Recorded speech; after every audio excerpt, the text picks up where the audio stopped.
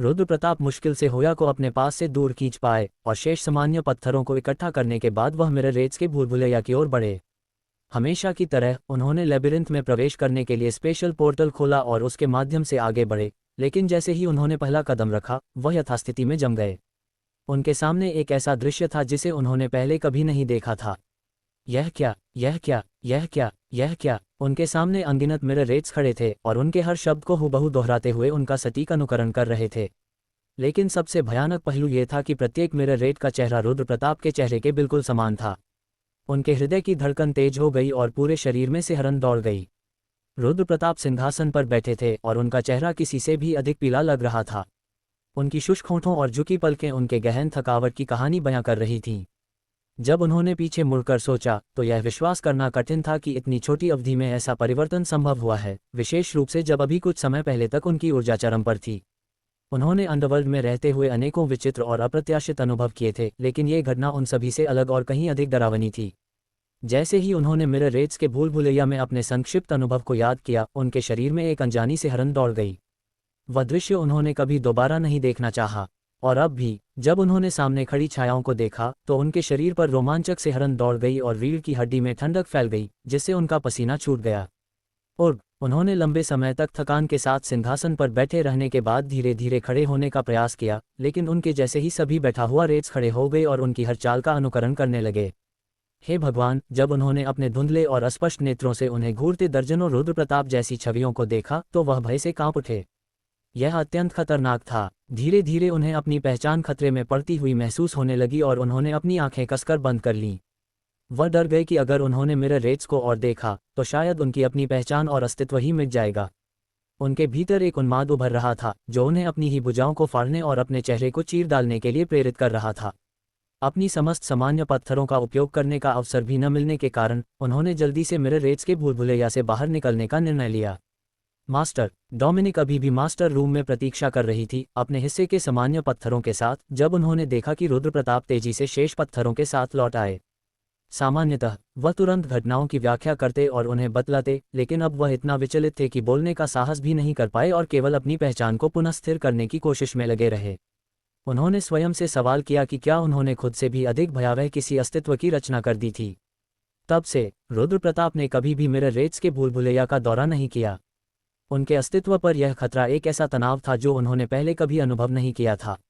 लेकिन जब संदेश ने सूचित किया कि मिरर रेट्स का भूलभुलैया अब स्तर 5 पर अपग्रेड हो चुका है, तो उनके पास इसे देखने के लिए वापस जाने के अलावा कोई विकल्प नहीं था। सौभाग्य से जब वह लेबिरिंथ में कदम रखते हैं तो उन्होंने एक भी मिरर रेट नहीं देखा। इसके बजाय उनके सामने कुछ संदेश प्रकट हुए। भूलभुलैया का अपग्रेड पूरा हुआ है। भूलभुलैया अब स्तर 4 से स्तर 5 में परिवर्तित हो चुका है। पहले बंद सुविधाएं अब उपलब्ध हैं। एस्पेटोस, मिरर रेट्स का राजा जो पहले प्रकट नहीं हुआ था, अब सामने आया है। श्वेतवर्ण आकृति जो वेदी के ऊपर उठी, धीरे धीरे आकार ले रही थी और अपनी अंतिम रूपरेखा प्रदर्शित कर रही थी।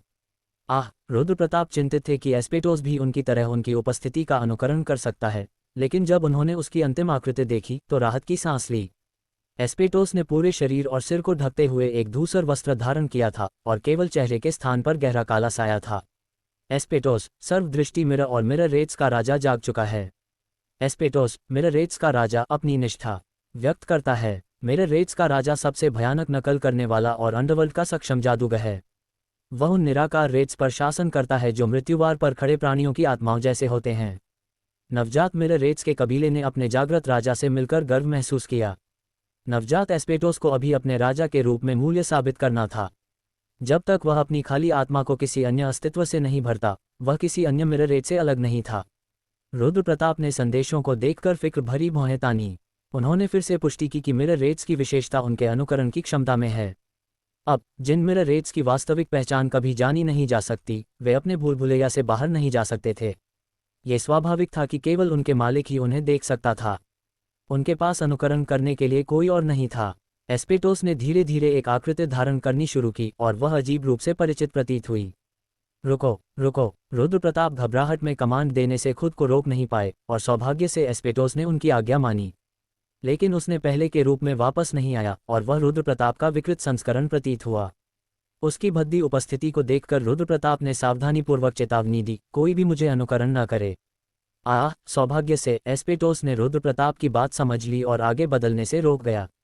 उसने विकृत चेहरे के साथ रुद्र प्रताप की ओर देखा, लेकिन किसी तरह एस्पेटोस ऐसा प्रतीत हुआ कि वह सीधे रुद्र प्रताप की आत्मा में झांक रहा हो, और उसने राजा को एक और चेतावनी दी, मुझे अनुकरण न करना। एस्पेटोस ने आखिरकार रुद्र प्रताप से नजरें हटा लीं। आर्ग, रुद्र प्रताप ने धीमे स्वर में गरजते हुए सिंहासन पर बैठकर लेबिरिंथ की सुविधाओं के अपग्रेड का निरीक्षण किया। उन्होंने सुविधाओं की सूची जल्दी से स्कैन की ताकि लेबिरिंथ से एक भी क्षण पहले बाहर निकल सकें। वेथस को बुलाओ। सुविधा अपग्रेड, भूलभुलैया अपग्रेड। उन्होंने अपने डाउन जेम्स के बड़े हिस्से का उपयोग सामान्य पत्थरों के निर्माण के लिए किया था, फिर भी उनके पास लेबिरिंथ को स्तर 5 से स्तर 6 तक अपग्रेड करने के लिए पर्याप्त संसाधन बच गए थे। लेबिरिंथ कोर चमकने लगा और अनगिनत वेथस वेदी से निकलकर लेबिरिंथ में सुविधाओं को बनाने और अपग्रेड करने लगे। रुद्र प्रताप अपग्रेड की प्रक्रिया में इतने व्यस्त थे कि उन्होंने महसूस नहीं किया कि उनके चारों ओर एक अजीब अनुभूति फैल रही थी। जब उन्होंने पलटा और चारों ओर देखा तो उन्हें झटका लगा। एस्पेटोस शांतिपूर्वक खड़ा था, लेकिन अब उसके चेहरे पर बिल्कुल डोमिनिक जैसी शक्ल थी। वास्तव में वह आत्माओं का प्रतिबिंब, हड़पने वाला और अनुकरणकर्ता बन चुका था। रुद्र प्रताप ने देर से समझा कि मिरर रेट्स केवल चेहरों को नहीं बल्कि अन्य प्राणियों की संपूर्ण पहचान तक चुरा सकते थे, वह भी सबसे गहरे और छिपे हुए विवरण तक। डोमिनिक के काले बाल, बैंगनी आंखें, नाजुक चेहरे और सुंदर आकार सभी समान थे, लेकिन एक महत्वपूर्ण अंतर था। जहां उसके सांप जैसी निचली शरीर रचना होती, वहां 2 पैर थे। सब्सक्राइब करो हेवनली डाउटेल्स को। सब्सक्राइब करो हेवनली डाउटेल्स को। रुद्र प्रताप ने मंद प्रकाश में अपनी पलकें झपकाईं और एक गहरी जम्हाई के साथ जागे। कुछ क्षण के लिए उन्होंने सोचा कि क्या उनकी आंखें कभी अंधकार के अनुकूल हो पाएंगी, लेकिन धीरे धीरे उनकी दृष्टि स्पष्ट होने लगी। ऐसा प्रतीत हो रहा था कि वे फिर से भूलभुलैया के शयनकक्ष में सो गए थे। हाल ही में वे भूलभुलैया में अधिक समय बिता रहे थे, खाना खा रहे थे और सो रहे थे, और अब उन्हें ये सोचने पर मजबूर होना पड़ रहा था कि क्या वे सतह पर रहने वाले मानव हैं या फिर अंडरवर्ल्ड में निवास करने वाले प्राणी। इसके अलावा डेनारियन से मिलने के बाद उनके दुष्स्वप्नों की आवृत्ति में उल्लेखनीय वृद्धि हो गई थी। चाहे उन्होंने कितना भी सोया हो, उनकी थकावट शरीर की नहीं बल्कि आत्मा की थी। उन्होंने अपने चेहरे को सिकुड़ते हुए स्वयं को खींचा और धीरे धीरे जगते हुए शरीर को फैलाया। अंडरवर्ल्ड की वह गहरी, दमघोंटू हवा जिससे वे अब तक परिचित हो चुके थे, आज विशेष रूप से भारी और नम महसूस हो रही थी। ऐसा प्रतीत हुआ कि अब धीरे धीरे सतह पर लौटने का समय आ गया है। जब तक तुम इस नरक से जीवित नहीं बचोगे और बाहर की दुनिया का अनुभव स्वयं नहीं करोगे, तब तक तुम्हारा मरना संभव नहीं है। जंग युनते की इच्छाशक्ति, जिसे रुद्र प्रताप ने अपने दुष्स्वप्न में सुना था, उनके हृदय में जल रही थी। उन्होंने सोचा कि क्या वे युनते को गर्वित करने के लिए पर्याप्त रूप से सक्षम हैं। आखिरकार वे सतह पर पहुंचे थे, केवल फिर स्वयं अपने कदमों पर अंडरवर्ल्ड लौट आए। रुद्र प्रताप ने लंबे समय तक विचार किया, लेकिन कोई स्पष्ट उत्तर नहीं मिल सका। मास्टर, उसी क्षण डोमिनिक शयनकक्ष में प्रवेश कर गई। मंद प्रकाश में उसकी उजली त्वचा झिलमिला रही थी। रुद्र प्रताप की रीढ़ की हड्डी में अचानक से हरन दौड़ गई और वे तुरंत सीधा बैठ गए। आप ठीक नहीं लग रहे, शायद आप किसी बीमारी से पीड़ित हैं, डोमिनिक ने धीरे और चिंता से भरे स्वर में पूछा। लेकिन रुद्र प्रताप ने केवल अपने सिर को झुकाया और अपनी बंद पलकियों पर हाथ दबा दिया। मुझे लगता है मुझे ठंड लग रही है, उन्होंने धीरे से कहा। पहले ये केवल एक बहाना हो सकता था, लेकिन इस बार वे सच में अस्वस्थ महसूस कर रहे थे, क्योंकि बुखार उनके शरीर में स्पष्ट था। ठंड, डोमिनिक ने हल्का सा सिर टिल्ट करते हुए उनकी बात दोहराई, समझने की कोशिश करते हुए, क्योंकि अंडरवर्ल्ड के प्राणी इस शब्द का अर्थ नहीं समझ सकते थे। मैं अभी लौटता हूँ, रुद्र प्रताप ने कहा। डोमिनिक को अपने मास्टर के सतह पर डॉक्टर से मिलने की अचानक आवश्यकता देखकर चिंता हुई। पार्थेनॉन के आक्रमण के आसन खतरे और उनके साथियों के समायोजन के कारण शक्ति में आई कमी की स्थिति में डोमिनिक डर रही थी कि इस दुर्भाग्यपूर्ण समय में कोई अप्रिय घटना हो सकती है। पर सबसे अधिक चिंता उन्हें अपने मास्टर की भलाई की थी, और उन्होंने उन्हें खुद का ध्यान रखने के लिए कहा। अधिक समय नहीं लगेगा, रुद्र प्रताप ने कहा और सतह पर अस्पताल की ओर निकल पड़े। आज आपको कैसा महसूस हो रहा है? सफ़ेद कोट में एक मध्यवयस्क डॉक्टर ने उदासीन मुस्कान के साथ पूछा।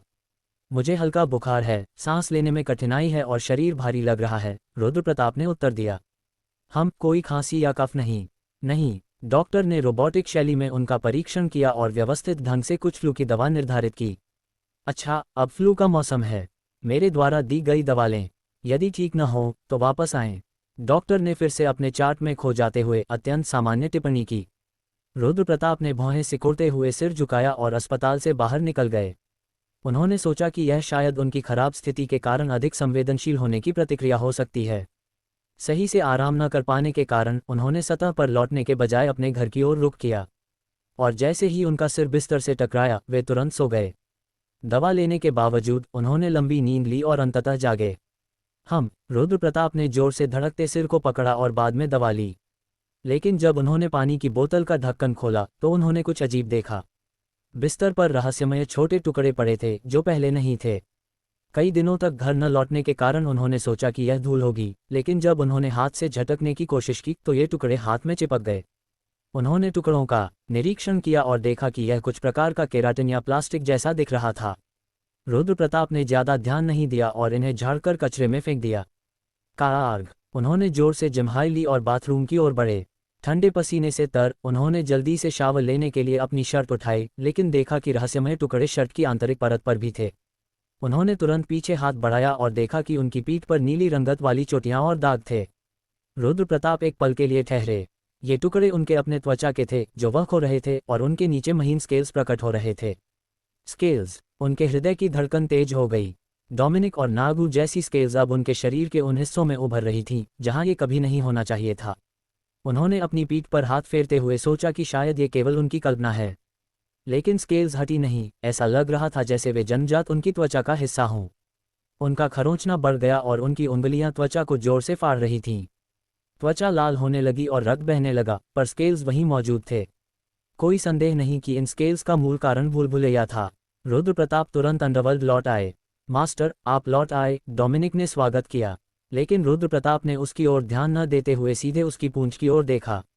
मास्टर, डोमिनिक उनके अजीब व्यवहार पर हिली, लेकिन उन्होंने केवल अपनी पूंछ पर निगाह टिकाए रखी। लंबे मौन के बाद रुद्र प्रताप ने अंततः कड़वी आवाज में फटकार लगाए, हाय राम। हालांकि रंग अलग था, पर यह स्केल्स बिल्कुल वही थे जो उनकी पीठ पर थे। अचानक उनके शरीर में एक ठंडी सनसनाहट दौड़ गई। कुछ खट्टा अंदर से ऊपर आया और रुद्र प्रताप ने डकार ली। क्या? मास्टर, डोमिनिक की चिल्लाहट धीरे धीरे शांत हो गई और रुद्र प्रताप के सामने सब कुछ अंधकार में ढक गया। रुद्र प्रताप ने एक लंबा और अजीब सपना देखा, लेकिन जब वे जागे तो उसे एक भी विवरण याद नहीं रहा। केवल एक अजीब ठंडक और मुलायम स्पर्श याद आया जिसने उनके उबलते शरीर को शीतल कर दिया। अनजाने में उन्होंने उस वस्तु को मजबूती से पकड़ा। वह रहस्यमय ठंडी और नर्म वस्तु कराह रही थी। रुद्र प्रताप का हृदय धड़क गया और उन्होंने अपनी आंखें खोली। डोमिनिक, ये डोमिनिक थी जिसने उन्हें अपने सपने में इतनी धीरे और स्नेहपूर्वक गले लगाया और सहलाया। उसकी काली चमकती बालों की तरह रात का आकाश और उसकी छोटी गोल और सुंदर विशेषताओं वाला माथा उनके सामने था। रुद्र प्रताप उस एहसास से स्तब्ध रह गए। मास्टर, डोमिनिक उठी और रो पड़ी। आह डोमिनिक, तुम यहाँ क्यों? रुद्र प्रताप चौंक गए। मास्टर, डोमिनिक ने आंसुओं के साथ पुकारा, तो आप कह रहे हैं कि 2 सप्ताह बीत गए? हाँ, मैं बहुत चिंतित थी क्योंकि आपका शरीर तेज बुखार से जल रहा था। रुद्र प्रताप ने कराहते हुए डोमिनिक के आंसू भरे चेहरे को देखा। वे सोच रहे थे कि वे केवल कुछ समय के लिए बेहोश हुए थे, लेकिन 2 सप्ताह हो चुके थे। ये वाकई एक चौंकाने वाला मोड़ था। आप अब पूरी तरह ठीक हैं, है ना? डोमिनिक ने पूछा। रुद्र प्रताप का बुखार अब नहीं था और शरीर पहले से हल्का और सशक्त महसूस हो रहा था। ये वास्तव में बहुत अच्छा है, डोमिनिक ने बार बार कहा। रुद्र प्रताप ने डोमिनिक की ओर देखा और अचानक स्थिति की गंभीरता का एहसास हुआ। उन्होंने पार्थेनॉन के आक्रमण को लेकर चिंता कर रहे थे। अब वे निश्चित नहीं थे कि उनके बेहोश रहने के दौरान क्या हुआ। पार्थेनॉन की सेना पहले ही हरा दी गई और पीछे हट गई है, डोमिनिक ने बताया। क्या? रुद्र प्रताप की आंखें फैल गईं। 11वीं मंजिल की काउंट की सेना को पीछे हटते हुए देख पाना उनके लिए असंभव लग रहा था। डोमिनिक ने ध्यानपूर्वक समझाया, मास्टर, आप उपस्थित नहीं थे, इसलिए मुझे अपनी योजना के अनुसार कार्य करना पड़ा। मैंने 10वीं मंजिल के डाकुओं को गलत जानकारी दी और लॉर्ड बोरियस ने उन लोगों के खिलाफ हस्तक्षेप किया जो अनुशासित नहीं थे। इस तरह हम पार्थेनॉन की सेना की प्रगति को धीमा करने में सफल रहे। डाकुओं ने हार न मानने वाले प्रयास किए और निराशा पुजारी समूह के साथ लड़ाई में अपनी पूरी ताकत झोंक दी, लेकिन मुझे उम्मीद नहीं थी कि वे पूरी पार्थेनॉन की सेना को रोकने में सक्षम होंगे। मेरे ज्ञान के अनुसार वे केवल कुछ समय के लिए ही प्रतिरोध कर सकते थे। डोमिनिक ने विस्तार से बताया कि उन्होंने और नागू ने पार्थेनॉन की सेना को कैसे रोका। जब डाकू अपनी अंतिम लड़ाई लड़ रहे थे तो अजय भाड़े के सैनिक समूह प्रकट हुए और उनके साथ बोरियस की विंडपियर्सर सेना भी शामिल हुई। रुद्र प्रताप इसे समझ नहीं पाए। अजय भाड़े के सैनिक और विंडपियर्सर सेना 10वीं मंजिल पर पार्थेनॉन की सेना के बराबर लड़ सकते थे, भले ही मंजिलों के बीच की शक्ति का अंतर हो। किसने उनका आदेश दिया? रुद्र प्रताप ने पूछा। केवल उन्होंने ही अजय सैनिकों के साथ समझौते की जानकारी दी थी। इसके बिना उनकी भागीदारी संभव नहीं थी। मेरे रेट्स के राजा ने। डोमिनिक हंसते हुए बोली, सब कुछ एस्पेटोस की वजह से हुआ। रुद्र प्रताप ने हल्का मुस्कुराते हुए कहा, उन्होंने पहले डोमिनिक को एस्पेटोस के बारे में बताया था और ऐसा प्रतीत हुआ कि उसने ये जानकारी याद रखी और इसका फायदा उठाया और काम कर गया। उन्होंने पूछा। लॉर्ड बोरियस तुरंत सहमत हो गए और अजेय सैनिकों ने बिना किसी हिचकिचाहट के भाग लिया। हालांकि संकट डोमिनिक की बुद्धिमत्ता से टल गया, रुद्र प्रताप पूरी तरह संतुष्ट नहीं थे क्योंकि किसी ने उनकी पहचान का सटीक उपयोग किया था। पर चूंकि यह आवश्यक था, उन्होंने इसे नज़रअंदाज किया। वैसे निराशा पुजारियों ने अजेय सैनिकों को देखकर तुरंत पीछे हट गए। ऐसा प्रतीत होता है कि वे हमें पूरी तरह से युद्ध में चुनौती देने के लिए तैयार नहीं थे। वास्तव में उनके नाम निराशा पुजारी के विपरीत वे मैदान में कायर साबित हुए। लेकिन जीत तो जीत थी और यह डोमिनिक की चालाकी के कारण संभव हुआ। अगर उसने जल्दी निर्णय नहीं लिया होता तो पूरी किलेबंदी तबाह हो सकती थी, इससे पहले कि रुद्र प्रताप 9वीं मंजिल के विजेता के रूप में अपनी पूर्ण शक्ति का प्रदर्शन कर पाते। मैंने मास्टर के नाम का उपयोग करने का साहस किया। कृपया मुझे दंड दें, मैं किसी भी दंड को स्वीकार करूंगी। डोमिनिक ने चारों हाथ और घुटनों के बल झुकते हुए कहा। लेकिन उसके जोखिमपूर्ण प्रयास का परिणाम स्पष्ट था और रुद्र प्रताप उसे इनाम देने का मन बना चुके थे। रुद्र प्रताप ने मामले को संक्षेप में निपटाया और डोमिनिक से पूछा कि उन्होंने इतनी लंबी अवधि तक बेहोश क्यों रहे। मास्टर, मैं, डोमिनिक की बैंगनी आंखें चमक उठीं। सत्य में एक सच्चे राजा बनने की प्रक्रिया में हैं। सब्सक्राइब करो हेवनली डाउटेल्स को। रुद्र प्रताप के जीवन का सबसे बड़ा झटका उस समय आया जब उसे डोमिनिक ने अपनी बात बताई। एक सच्चा राजा, उसने आश्चर्य और स्तब्धता से भरे चेहरे के साथ पूछा। डोमिनिक ने जैसे उसे छेड़ते हुए फिर कहा, हाँ, वही एकमात्र और अद्वितीय कुलीन नागा, सच्चा राजा। नागा का राजा, ये पदनाम रुद्र प्रताप ने सैकड़ों, शायद हजारों बार सुना था, लेकिन कभी भी उसने इसे इतनी गंभीरता से महसूस नहीं किया जितना अब कर रहा था। वह वहीं ठिठक कर रह गया। लेकिन डोमिनिक ने अपनी व्याख्या पर यहीं रोक नहीं लगाए। अब मास्टर और भी मजबूत, अधिक बुद्धिमान और अधिक सम्मानित बन जाएंगे। क्या मैं स्वयं एक नागा बन जाऊंगा? रुद्र प्रताप ने आखिरकार वह प्रश्न पूछ ही लिया जिसका वह डर हमेशा से करता आया था। यदि उसके भय सच साबित होते तो वह उस तथ्य के साथ जीना नहीं चाहता था। वह केवल मानव रहना चाहता था, इतना ही, बस इतना ही। नहीं, डोमिनिक ने उत्तर दिया। ये सुनकर रुद्र प्रताप ने 2 बार अपनी आंखें झपकाईं। डोमिनिक ने मुस्कुराते हुए समझाया, एकमात्र सच्चा राजा वही है जो नागों का नाम विरासत में प्राप्त करता है। आपका क्या मतलब है? रुद्र प्रताप ने पूछा। वह समझ ही नहीं पा रहा था कि वास्तव में क्या हो रहा है और उसने और विस्तार की मांग की। डोमिनिक ने फिर एक शरारती मुस्कान के साथ कहा, हम नागा अपनी शक्ल बदलेंगे, अपने राजा नहीं। रुद्र प्रताप अकेले रह गए, धीरे धीरे अपनी पीठ पर हाथ फेरते हुए। वह भी उस कठोर स्केल्स को महसूस कर सकते थे जो उनके लिए पूरी तरह से अपरिचित थे, लेकिन जिस समय उन्होंने पहली बार इसे देखा था उसके मुकाबले अब उनका मन शांत था। और सबसे महत्वपूर्ण, अब उन्हें किसी चिंता का कारण भी नहीं था, क्योंकि उन्होंने अपने शरीर में आए बदलाव से उत्पन्न हुई प्रारंभिक भय की भावना को पूरी तरह हटा दिया था। हमारे लिए रूप और आकार इतना महत्वपूर्ण नहीं है, हम केवल अपने राजा का प्रतिबिंब हैं, डोमिनिक ने कहा था। नागा अपने राजा के अनुरूप बदलने में सक्षम इसलिए थे कि वे अंडरवर्ल्ड में इतने लंबे समय तक जीवित रह सके। रुद्र प्रताप ने इसे और गहराई से सोचा। ये केवल नागाओं के लिए ही नहीं, बल्कि अंडरवर्ल्ड की अन्य प्रजातियों, लोभी भूमि के स्लाइम्स, दुष्वप्न प्राणी, सेंटोर और यहाँ तक कि बॉनेक के लिए भी लागू था। उनके पास प्रारंभ में ऐसी आकृति नहीं थी, यह उनके राजा या उनके वातावरण के अनुसार समय के साथ विकसित हुआ। मास्टर के शरीर में जो परिवर्तन हो रहा है वह अंडरवर्ल्ड की शक्ति को आसानी से स्वीकार करने के लिए शरीर का अनुकूलन है। और जब ये परिवर्तन पूरा हो जाएगा तब भी मास्टर के शरीर पर स्केल्स नहीं उगेंगे, न ही हमारी तरह पूंछ होगी। अधिकतम आपका स्वरूप केवल थोड़ा अलग होगा, जो ये दर्शाता है कि आपने नागों का नाम विरासत में प्राप्त किया है।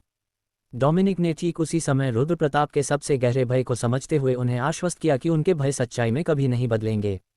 और उसकी यह बात सुनते ही रुद्र प्रताप को वह राहत महसूस हुई जिसकी उन्हें सबसे अधिक आवश्यकता थी।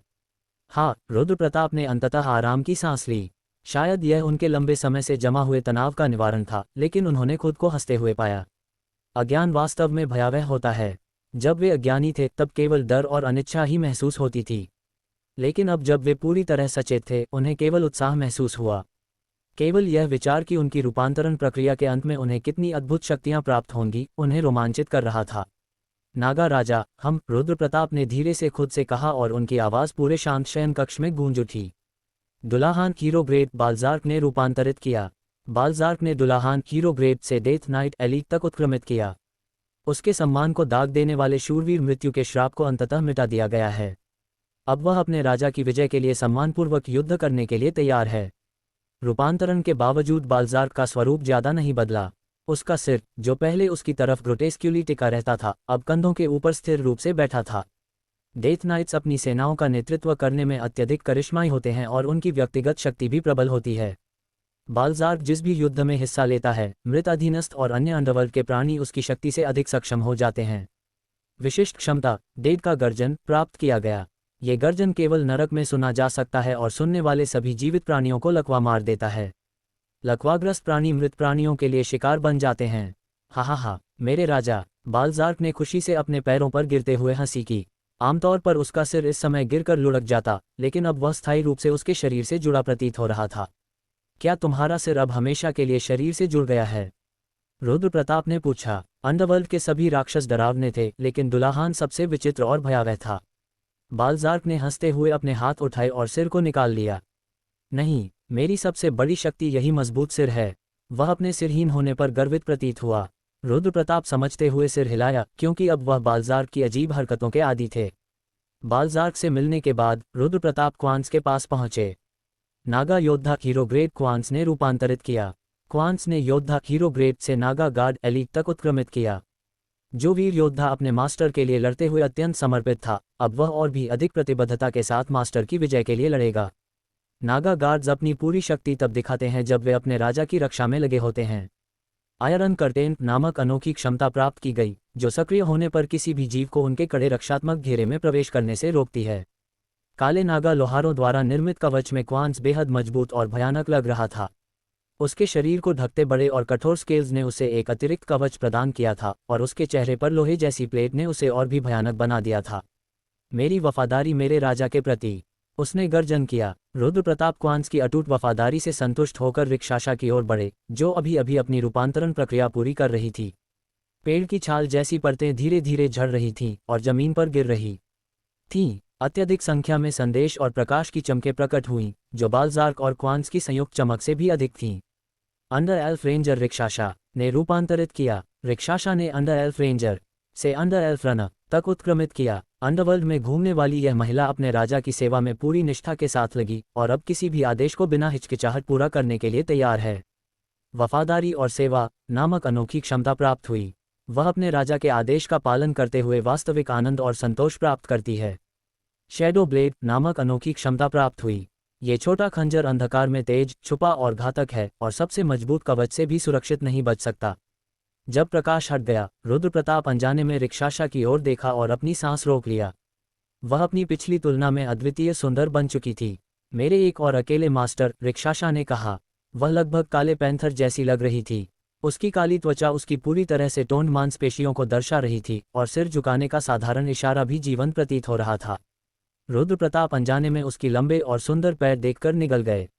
मास्टर, अगर डोमिनिक और एंजेला ने नहीं बुलाया होता तो वह रिक्षाशा को अनंत काल तक घूरते रहते। रुद्र प्रताप ने देर से अपनी स्थिति का एहसास किया और गले की खराश साफ की, लेकिन रिक्षाशा ने झिझक दिखाई नहीं। वह आगे झुक गई, शायद उसे बेहतर दृष्टि देने के लिए। उसकी आकृति रहस्यमय और मोहक थी, जिससे रुद्र प्रताप अनजाने में उसकी आंखों से बचने लगे। सभी को बधाई, रुद्र प्रताप ने अपनी संतुलन बहाल करते हुए कहा। क्वांस और रिक्षाशा घुटनों के बल बैठ गए, जबकि बाल्जार्क जोर से छाती पीटते हुए बोला, सभी महिमा हमारे राजा के लिए। रिक्षाशा अत्यंत प्रसन्न थी। आखिरकार उसके मास्टर ने विशेष रूप से उसे बाकी सबको छोड़ते हुए अपनी ओर बुलाया था। कृपया मुझे आदेश दें, मैं आपके किसी भी आदेश का पालन करूंगी, चाहे आप मुझसे नरक की अग्निपीठ में कूदने के लिए कहें। अग्निपीठ और ऐसी बातें नहीं, केवल एक सवाल का जवाब दो। रुद्र प्रताप ने तुरंत विषय पर आकर कहा, उसके अत्यधिक सम्मान और भक्ति प्रदर्शन से प्रभावित होकर। रिक्षाशा, हाँ मास्टर, क्यों मुझे तुम्हारा ग्रेड नहीं दिखाई देता? इस प्रश्न का कारण केवल यह था कि उसने उसे पीछे रहने का आदेश दिया था। संदेशों में उसके ग्रेड के स्थान पर प्रश्न चिन्ह था और यह रुद्र प्रताप के लिए बहुत ही असामान्य था। रिक्षाशा ने थोड़ी देर के लिए झिझक दिखाए, लेकिन जैसे कि कोई जो अपने मास्टर के प्रति वफादारी में गर्व महसूस करता हो, उसने तुरंत उत्तर दिया। मुझे संदेह है कि यह इसलिए है क्योंकि मैं निम्न जन्म की प्रजाति में पैदा हुई थी। तुम्हारे मूल? रुद्र प्रताप ने पूछा। रिक्षाशा का उत्तर परिस्थिति को स्पष्ट नहीं कर सका। उसने मानसिक रूप से तैयार किया कि वह पूरी लंबी कहानी सुनने के लिए तैयार हो। मुझे डर है कि यह कहानी नीरस होगी। मुझे डर है कि इस निम्न स्तरीय सेवक की छोटी छोटी बातें मास्टर को नाराज कर सकती हैं। महत्वपूर्ण हमेशा मनोरंजक नहीं होता। इसलिए चाहे तुम्हारी कहानी लंबी हो या छोटी, मुझे पूरी सुनाओ। रिक्शाशा की दृष्टि में ये कहानी भारी लग रही थी। वह संघर्ष करती और झिझकती दिखाई दी। रुद्र प्रताप भी अब अंडर एल्फ प्रजाति की उत्पत्ति में रुचि लेने लगे। मास्टर, क्या आप जानते हैं कि मेरी प्रजाति पहली बार अंडरवर्ल्ड में कब आई थी? नहीं, मुझे शुरुआत से सब बताओ, जैसे मुझे अंडरवर्ल्ड के बारे में कुछ पता ही नहीं है। रिक्शाशा ने शांतिपूर्वक अपनी कहानी शुरू की। हमारा कुल कभी अंडरवर्ल्ड में सबसे समृद्ध कुलों में से एक था, लेकिन महान युद्ध में हमारी हार के बाद वह सारी महिमा समाप्त हो गई। इसके बाद मेरे भाई बहन बिखर गए और हम अपने आप जीवित रहने के लिए संघर्ष करने लगे। कहानी प्राचीन भूल भुलैया प्रबंधकों से जुड़ी प्रतीत हुई, जो प्राचीन नायकों की तरह गायब हो गए थे। क्या यह उसी समय हुआ जब एक आंख वाला स्वामी अंडरवर्ल्ड पर शासन कर रहा था? रुद्र प्रताप ने पूछा। बिल्कुल, रुद्र प्रताप की अपेक्षा के अनुरूप अंडर एल्फ की प्राचीनता उसकी उम्मीद से अधिक थी। उन्होंने रिक्शाशा से आग्रह किया कि वह अपनी कहानी जारी रखे। हम सचमुच अंडरवर्ल्ड में सबसे निम्न जीवन रूपों की तरह जीते थे और हमें अंडरवर्ल्ड के रहस्यों द्वारा मिलने वाले सभी सम्मान और सुरक्षा से वंचित कर दिया गया। रिक्शाशा ने अपनी फटी हुई हुड ऊपर उठाई, जिससे उसकी तांबे जैसी त्वचा प्रकट हुई। रुद्र प्रताप की आंखें फैल गईं जब उसने उसके शरीर पर बनी दंडात्मक छाप को देखा। ये निष्कासन की छाप और अनंत श्राप है, रिक्शाशा ने समझाया। ये निशान इतना गहरा और स्पष्ट था कि उसकी रूपांतरण प्रक्रिया भी इसे मिटा नहीं सकती थी। और यही कारणों में से एक है कि अंडर एल्फ, शापित एल्फ लॉर्ड के वंशज अनंत काल तक अंडरवर्ल्ड में भटकते रहते हैं। रुद्र प्रताप अंधेरे में अपनी भूल भुलैया के बाहरी छोर की ओर देखते रहे, फिर धीरे धीरे घूमकर डोमिनिक की ओर मुड़ गए। काफी समय लगेगा, है ना? डोमिनिक ने उनसे प्रश्नवाचक स्वर में पूछा। किसे पता, रुद्र प्रताप ने आत्मविश्वास से उत्तर दिया, लेकिन मुझे पूरा भरोसा है कि वह लौट आएगी। डोमिनिक ने उसकी बात पर सिर हिलाया और कहा, फिर भी मैंने कभी यह कल्पना भी नहीं की थी कि वह अंडर एल्फ, शापित एल्फ लॉर्ड की वंशज हो सकती है। स्पष्ट था कि जब डोमिनिक ने जाना कि रिक्शाशा अंडर एल्फ की राजकुमारी है, तो वह आश्चर्यचकित रह गई थी। और स्वयं रुद्र प्रताप भी अंडर एल्फ की छिपी हुई पृष्ठभूमि जानकर स्तब्ध रह गए थे। लेकिन यही उनकी आश्चर्य की सीमा थी। आखिरकार उनका कुल लगभग समाप्त हो चुका था और अंडरवर्ल्ड के शाप के कारण रिक्शाशा केवल एक नाम मात्र की राजकुमारी बनी हुई थी, एक ऐसा नाम जो कभी उसकी पूर्व महिमा की पुनः प्राप्ति नहीं कर सकता था। हम कभी भी भूल भुलैया के प्रबंधक नहीं बन सकते। अंडरवर्ल्ड के रहस्य हमें यह अधिकार नहीं देंगे, रिक्शाशा ने स्पष्ट किया। वह अपने कुल की पूर्व महिमा के पीछे भागने में कोई रुचि नहीं रखती थी, लेकिन फिर भी उसने किले से प्रस्थान किया, अपने कुल के जीवित बचे हुए सदस्यों की तलाश में। उसने रुद्र प्रताप को बताते हुए कहा, हालांकि हमारे कुल की शक्ति और संख्या कम हो गई है, फिर भी हमारे कई सदस्य अभी भी कहीं न कहीं जीवित हैं। मैं उन्हें मनाना चाहती हूं कि वे मास्टर की सेवा करें। दूसरे शब्दों में, वह अकेले लौटने वाली नहीं थी। वह अपने कुल के सभी जीवित सदस्यों को ढूंढेगी जो अंडरवर्ल्ड में बिखरे हुए हैं, और उन्हें मास्टर की सेवा में लगाना चाहेगी। और इसी उद्देश्य से रिक्शाशा अपनी लंबी यात्रा पर निकल पड़ी। उसी समय डोमिनिक ने भी अपना संकल्प कर लिया कि अब वह अपने समनिंग स्टोन्स का उपयोग करेगी, जिन्हें उसने कुछ समय के लिए टाल रखा था। मैं प्रार्थना करती हूँ कि आप सुरक्षित रहें जब तक मैं लौट न आऊँ, मेरे एक और अकेले मास्टर। तुम जल्दी लौट आओगी, है ना? तुम्हारी बातें इस तरह लगती हैं जैसे मैं तुम्हें फिर कभी नहीं देखूंगा। रुद्र प्रताप ने उसे प्रोत्साहित करते हुए विदाई दी। बहुत लालची मत बनो। मुझे सबसे अधिक जिसकी आवश्यकता है, वह वर्तमान में तुम्हारी वही डोमिनिक है जो मेरे पास है। मैं इसे ध्यान में रखूंगी। उसने चमकती मुस्कान के साथ विदा ली। रिक्शाशा और डोमिनिक दोनों के जाने के बाद रुद्र प्रताप ने एक तरह की अनजानी कमी महसूस की। परिणामस्वरूप वह अपने भूल भुलैया में अधिक समय बिताने लगे, कहीं खोए हुए भावों में। मेरे राजा। जैसे ही रुद्र प्रताप कार्यशाला के पास से गुजर रहे थे, वालिसियस ने उन्हें देखा और पुकारा, मैंने आखिरकार अपना कार्य पूरा कर लिया। अरे, ये वही मृतकों की सेना थी जिस पर वालिसियस ने पिछले कुछ महीनों से काम किया था, और अब वह लगभग पूर्णता की स्थिति में प्रतीत हो रही थी। उत्साह और प्रेरणा से भरे रुद्र प्रताप कार्यशाला में तेजी से दाखिल हुए। बस इतना ही। रुद्र प्रताप की उत्सुकता क्षण भर में ही मध्यम पड़ गई जब उन्होंने कार्यशाला में केवल 2 मृत प्राणियों को देखा। उनके चेहरे पर निराशा स्पष्ट थी। ऐसा कैसे हो सकता है? यदि आप बस इस छड़ी को पकड़ लें। वालिसियस ने सिर हिलाते हुए एक अजीब तरह से निर्मित नीलमणि नुमा रत्नों से जड़ी छड़ी रुद्र प्रताप को देते हुए कहा, और स्मंडेट का उद्घोष करें। क्वाह। जैसे ही वालिसियस ने यह कहा, जमीन जोर जोर से कांपने लगी और मृतकों की एक पूरी सेना प्रकट हुई, जिसे वह गर्व से रुद्र प्रताप के सामने प्रस्तुत कर रहा था। यही तरीका है जिससे आप मृतकों की सेना को सम्मानित कर सकते हैं। वालिसियस किसी कारणवश अत्यधिक उत्साहित प्रतीत हो रहा था। मैंने अपनी शक्ति का 80% से अधिक पुनः प्राप्त कर लिया है। इसके अतिरिक्त मैंने मृतकों की सहनशक्ति और ताकत को बढ़ाया, जिससे वे जीवित रहते समय से भी अधिक सक्षम हो गए हैं। 300 से अधिक मृतकों की सेना से निकलती हुई आभा अत्यंत शक्तिशाली थी। रुद्र प्रताप ने इसके भयावह ऊर्जा का अनुभव करते हुए देर से प्रशंसा में कहा, यह मेरी अपेक्षा से कहीं बेहतर है। इनको बनाने में समय और संसाधनों की लागत ज़्यादा लगी, लेकिन ये आपकी धैर्य की पूरी कीमत चुका देंगे। वालिसियस उत्साह से कहता रहा। सामान्यतया रुद्र प्रताप ऐसे किसी भी बात को काट देते, लेकिन इस बार उन्होंने ऐसा नहीं किया। वह वालिसियस के काम से इतने प्रभावित थे कि उन्होंने उसे पूरा अवसर दिया। क्या ये 10वें तल की सेना से निपटने के लिए पर्याप्त होंगे? उन्होंने पूछा। बिल्कुल, वालिसियस ने उत्तर दिया। इन मृतकों को बनाने में प्रयुक्त अधिकांश सामग्री 10वें तल की सैनिकों की लाशें थीं। 9वें तल की सेना इनके सामने केवल कचरा है। इसके अलावा मृत होने के कारण इन्हें किसी भी चीज़ से डर नहीं लगता और न ही ये भूख या थकान का अनुभव करते हैं। ये वास्तव में अजेय सेना है। यदि आधी बात भी सच हो तो ये पर्याप्त है। रुद्र प्रताप ने अपने संदेह को व्यक्त किया।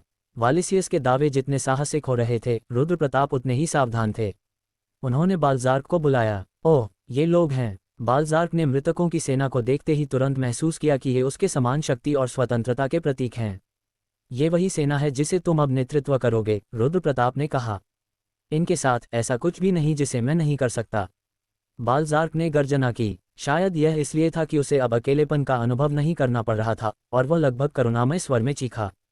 मैं तुम्हारी उपलब्धियों का इंतजार करूंगा। रुद्र प्रताप ने समनिंग छड़ी बालजार्क को सौंपी। वह पलटा और वालिसियस को देखा, जो उदास और नाराज प्रतीत हो रहा था। क्या समस्या है? रुद्र प्रताप ने पूछा। मृतकों की सेना इतनी शक्तिशाली है कि एक ही दिन में एक भूल भुलैया जीत सकती है, लेकिन इसे किसी ऐसे व्यक्ति को देना। वालिसियस का स्वर अचानक लुप्त हो गया। रुद्र प्रताप को आगे सुनने की आवश्यकता नहीं थी। उन्होंने उत्तर दिया, बालजार्क एक डेथ नाइट है। मृतकों की सेना का नेतृत्व करने के लिए उससे अधिक योग्य कोई नहीं है।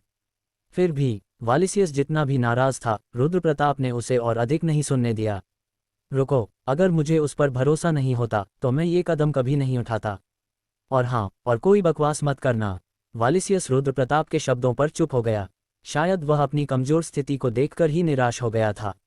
तुम्हें भी इनाम मिलेगा, लेकिन अपना मुंह बंद रखो, नहीं तो मुझे नहीं लगता कि बालजार्क तुम्हें अकेला छोड़ देगा, रुद्र प्रताप ने चेतावनी दी। हाल ही में खुश मनाने वाला बालजार्क अब वालिसियस पर दृष्टि गड़ाए खड़ा था। अपने घमंड के कारण डेथ नाइट ने वालिसियस की शंका को व्यक्तिगत रूप से अपमानजनक माना। हाँ, मैं कैसे साहस कर सकता हूँ? वालिसियस, जो कभी 9वें तल का सबसे शक्तिशाली प्राणी था, अब केवल एक कमजोर नागा श्रमिक बन गया था। रुद्र प्रताप ने आदेश दिया, उसे सम्मान से पेश आओ। उसने तुम्हारे लिए मृतकों की सेना बनाई है। मैं यहाँ और कोई दुर्व्यवहार बर्दाश्त नहीं करूँगा। रुद्र प्रताप ने वालिसियस के लिए एक नया, अधिक योग्य शरीर ढूंढने का वादा किया। वालिसियस, जो शर्म के कारण कांप रहा था, रुद्र प्रताप के शब्द सुनकर तुरंत उत्साहित हो गया। इस समय ऐसा प्रतीत हो रहा था कि रिक्शाशा अभी लौटने वाली नहीं थी, और डोमिनिक भी अपनी रूपांतरण प्रक्रिया पूरी नहीं कर पाई थी। डोमिनिक जरूर लौट आएगी, लेकिन क्या तुम्हें नहीं लगता कि वह अंडर एल्फ ने भागने का निर्णय लिया है? एंजेला ने उनके पास रहकर टिप्पणी की। रुद्र प्रताप ने जवाब देने की आवश्यकता नहीं समझी और उसे अनदेखा किया। एंजेला ने आगे कहा, सोचिए मास्टर, पहले की तरह नहीं, अब वह समनिंग स्टोन खा चुकी है और रूपांतरित अंडरएल्फ बन चुकी है। उसे अंडरवर्ल्ड में हर जगह सम्मान मिलेगा, मास्टर, और इस साधारण भूल भुलैया के पास बने रहने की आवश्यकता नहीं है। एंजेला की अति प्रेम और रुद्र प्रताप के प्रति उसकी विशेष अभिलाषा पहले से कहीं अधिक स्पष्ट थी। थककर रुद्र प्रताप ने उसे काम सौंपा। तुम 11वें तल से परिचित हो, जाओ और अनातोलियस से मिलो। रुद्र प्रताप ने कई बार पलकें झपकाईं, जैसे वह क्रास्टो की ओर देखते हुए ये समझने की कोशिश कर रहे हों कि आखिर यह अनुभवी भाड़े का योद्धा क्या कहने की कोशिश कर रहा है। क्रास्टो ने गंभीर मुद्रा में उनकी ओर देखा और कहा, 11वीं तल पर युद्ध चल रहा है। युद्ध शब्द सुनते ही रुद्र प्रताप का मन खाली सा हो गया। वह अनायास ही अपने होठों को काटने लगे और स्वयं को हड़बड़ी में नहीं रोक पाए। उन्होंने धीरे से कहा, मैं विस्तार से जानना चाहूँगा। जैसा मैंने कहा, अभी 11वीं तल पर एक बाहरी व्यक्ति के लिए जाना बिल्कुल भी सुरक्षित नहीं है, क्रास्टो ने उत्तर दिया। लेकिन ये बात किसी तरह भी तार्किक प्रतीत नहीं हुई। अनातोलियस को भी 9वीं तल की ओर मदद मांगनी पड़ी थी, क्योंकि वह अकेले 11वीं तल को संतुलित नहीं कर सकता था। ऐसे में अचानक वहां युद्ध छिड़ जाना असंभव सा लगता था। क्या 11वीं तल के काउंट्स आपस में शक्ति का आंकलन नहीं कर रहे थे? रुद्र प्रताप ने पूछा। क्रास्टो उनकी इस जानकारी से प्रभावित हुए प्रतीत हुए और बोले, अगर यह केवल साधारण युद्ध होता तो किसी भी काउंट के लिए अपनी मर्जी चलाना आसान नहीं होता। लेकिन जो युद्ध अभी 11वीं तल पर चल रहा है, वह किसी सामान्य युद्ध जैसा नहीं है। तो फिर उन निष्क्रिय और सतर्क काउंट्स को अचानक इतनी पूरी तरह युद्ध में क्यों उतार दिया? सीधे जवाब दो, मैं अब अपनी धैर्य खोने लगा हूँ। क्रास्टो ने हल्के मुस्कुराते हुए उनकी बेचैनी का आनंद लिया। अरे तुम तो सच में उत्साही हो। ठीक है, मुझे ऐसे मत घूरो, मैं तो अभी बताने ही वाला था। क्रास्टो के कंधे पर झुकी उनकी पुरानी झुर्रियों भरी छवि और धीमी गति जैसी थी जैसे समय स्वयं ठहर गया हो। क्या तुम जानते हो कि 11वीं तल से ऊपर हमारे अंडरवर्ल्ड का संबंध अन्य अंडरवर्ल्ड से जुड़ा हुआ है? 11वीं तल के काउंट्स इस समय अन्य अंडरवर्ल्ड्स की शक्तियों के साथ युद्ध में लगे हुए हैं। समझे? 11वीं तल के काउंट्स अब एकजुट हो गए हैं। यही कारण है कि अब वे आपस में सतर्क नहीं हैं। रुद्र प्रताप जैसे समय की गति थम गई हो, उसी तरह स्तब्ध हो गए। अन्य अंडरवर्ल्ड्स के अस्तित्व की खबर उन्हें सुनने में पहले से पता थी, परंतु इतनी व्यापक एकता और आपसी संघर्ष की जानकारी ने उनके मन को हिला दिया। इसीलिए अब किसी को 11वीं तल में प्रवेश नहीं करना चाहिए, और यही कारण है कि पार्थेनॉन इतनी जल्दी पीछे हट गया। क्रास्टो ने रुद्र प्रताप की आंखों में आंखें डालते हुए कहा। और इसी कारण मेरी भाड़े की सेनाएं और मैं स्वयं 9वीं तल में हैं। मेरी उपाधि अजेय है, फिर भी मैं 11वीं तल पर इस समय जीवित नहीं रह सकता। परिस्थितियां इतनी गंभीर हैं। अपनी बात कहकर क्रास्टो लौट गए और रुद्र प्रताप फिर से मास्टर रूम में अकेले रह गए। उन्होंने चारों ओर निराश और विचारशील दृष्टि से देखा। दरअसल उन्हें अन्य अंडरवर्ल्ड्स के अस्तित्व की जानकारी नहीं थी। वास्तविकता में सतह पर यह खबर पहले ही आग की तरह फैल चुकी थी कि अन्य देशों और महाद्वीपों में भी अंडरवर्ल्ड मौजूद हैं। लेकिन जब क्रास्टो ने इस बारे में पुष्टि की तो रुद्र प्रताप की चिंता और भी बढ़ गई। वास्तव में जो उन्हें सबसे अधिक डराता था वह यह था कि उन्होंने एंजेला को 11वीं तल भेजा था। उसकी स्वार्थी और उत्साही प्रकृति के बावजूद रुद्र प्रताप उसे अपना मानते थे, और यही तथ्य कि उन्होंने उसे भेजा था एक ऐसी जगह जहां अजय क्रास्टो भी पीछे हट गया था, उनके भीतर भारी चिंता और आत्मदोष उत्पन्न कर रहा था। शक्ल देखो, रुद्र प्रताप ने धीरे से अपने भीतर कड़ी नफरत और चिंता को व्यक्त किया। लेकिन जैसे ही उन्होंने उसकी चिंता छोड़ने की सोची, एंजेला वापस आ गई। मास्टर, एंजेला अंधकार से प्रकट हुई। उसके शरीर पर जख्म और खून के निशान स्पष्ट थे। उसके लंबे और सुरुचिपूर्ण बाल उलझे हुए और खून से भिगोए हुए थे। उसकी सुंदर गोरी त्वचा पर कट और खरोंच के निशान थे। एंजेला, हैरान रुद्र प्रताप तुरंत उसके पास दौड़े। वह किसी भी क्षण गिर सकती थी। रुद्र प्रताप का चेहरा गहरा हो गया जब उन्होंने उसे उठाया, और उनके हाथ गहरे लाल गाढ़े रक्त से सने हुए थे। मुझे सच में नहीं लगा था कि मैं बच पाऊंगी, मैं वहां मर जाऊंगी ऐसा लगता था। समझ गया, अब चुप रहो मूर्ख। एंजेला जब भी बोलती खून उगलती। लेकिन मैं मास्टर को देखने के लिए बहुत चाहती थी। मुझे डर था कि मास्टर नाराज होंगे अगर।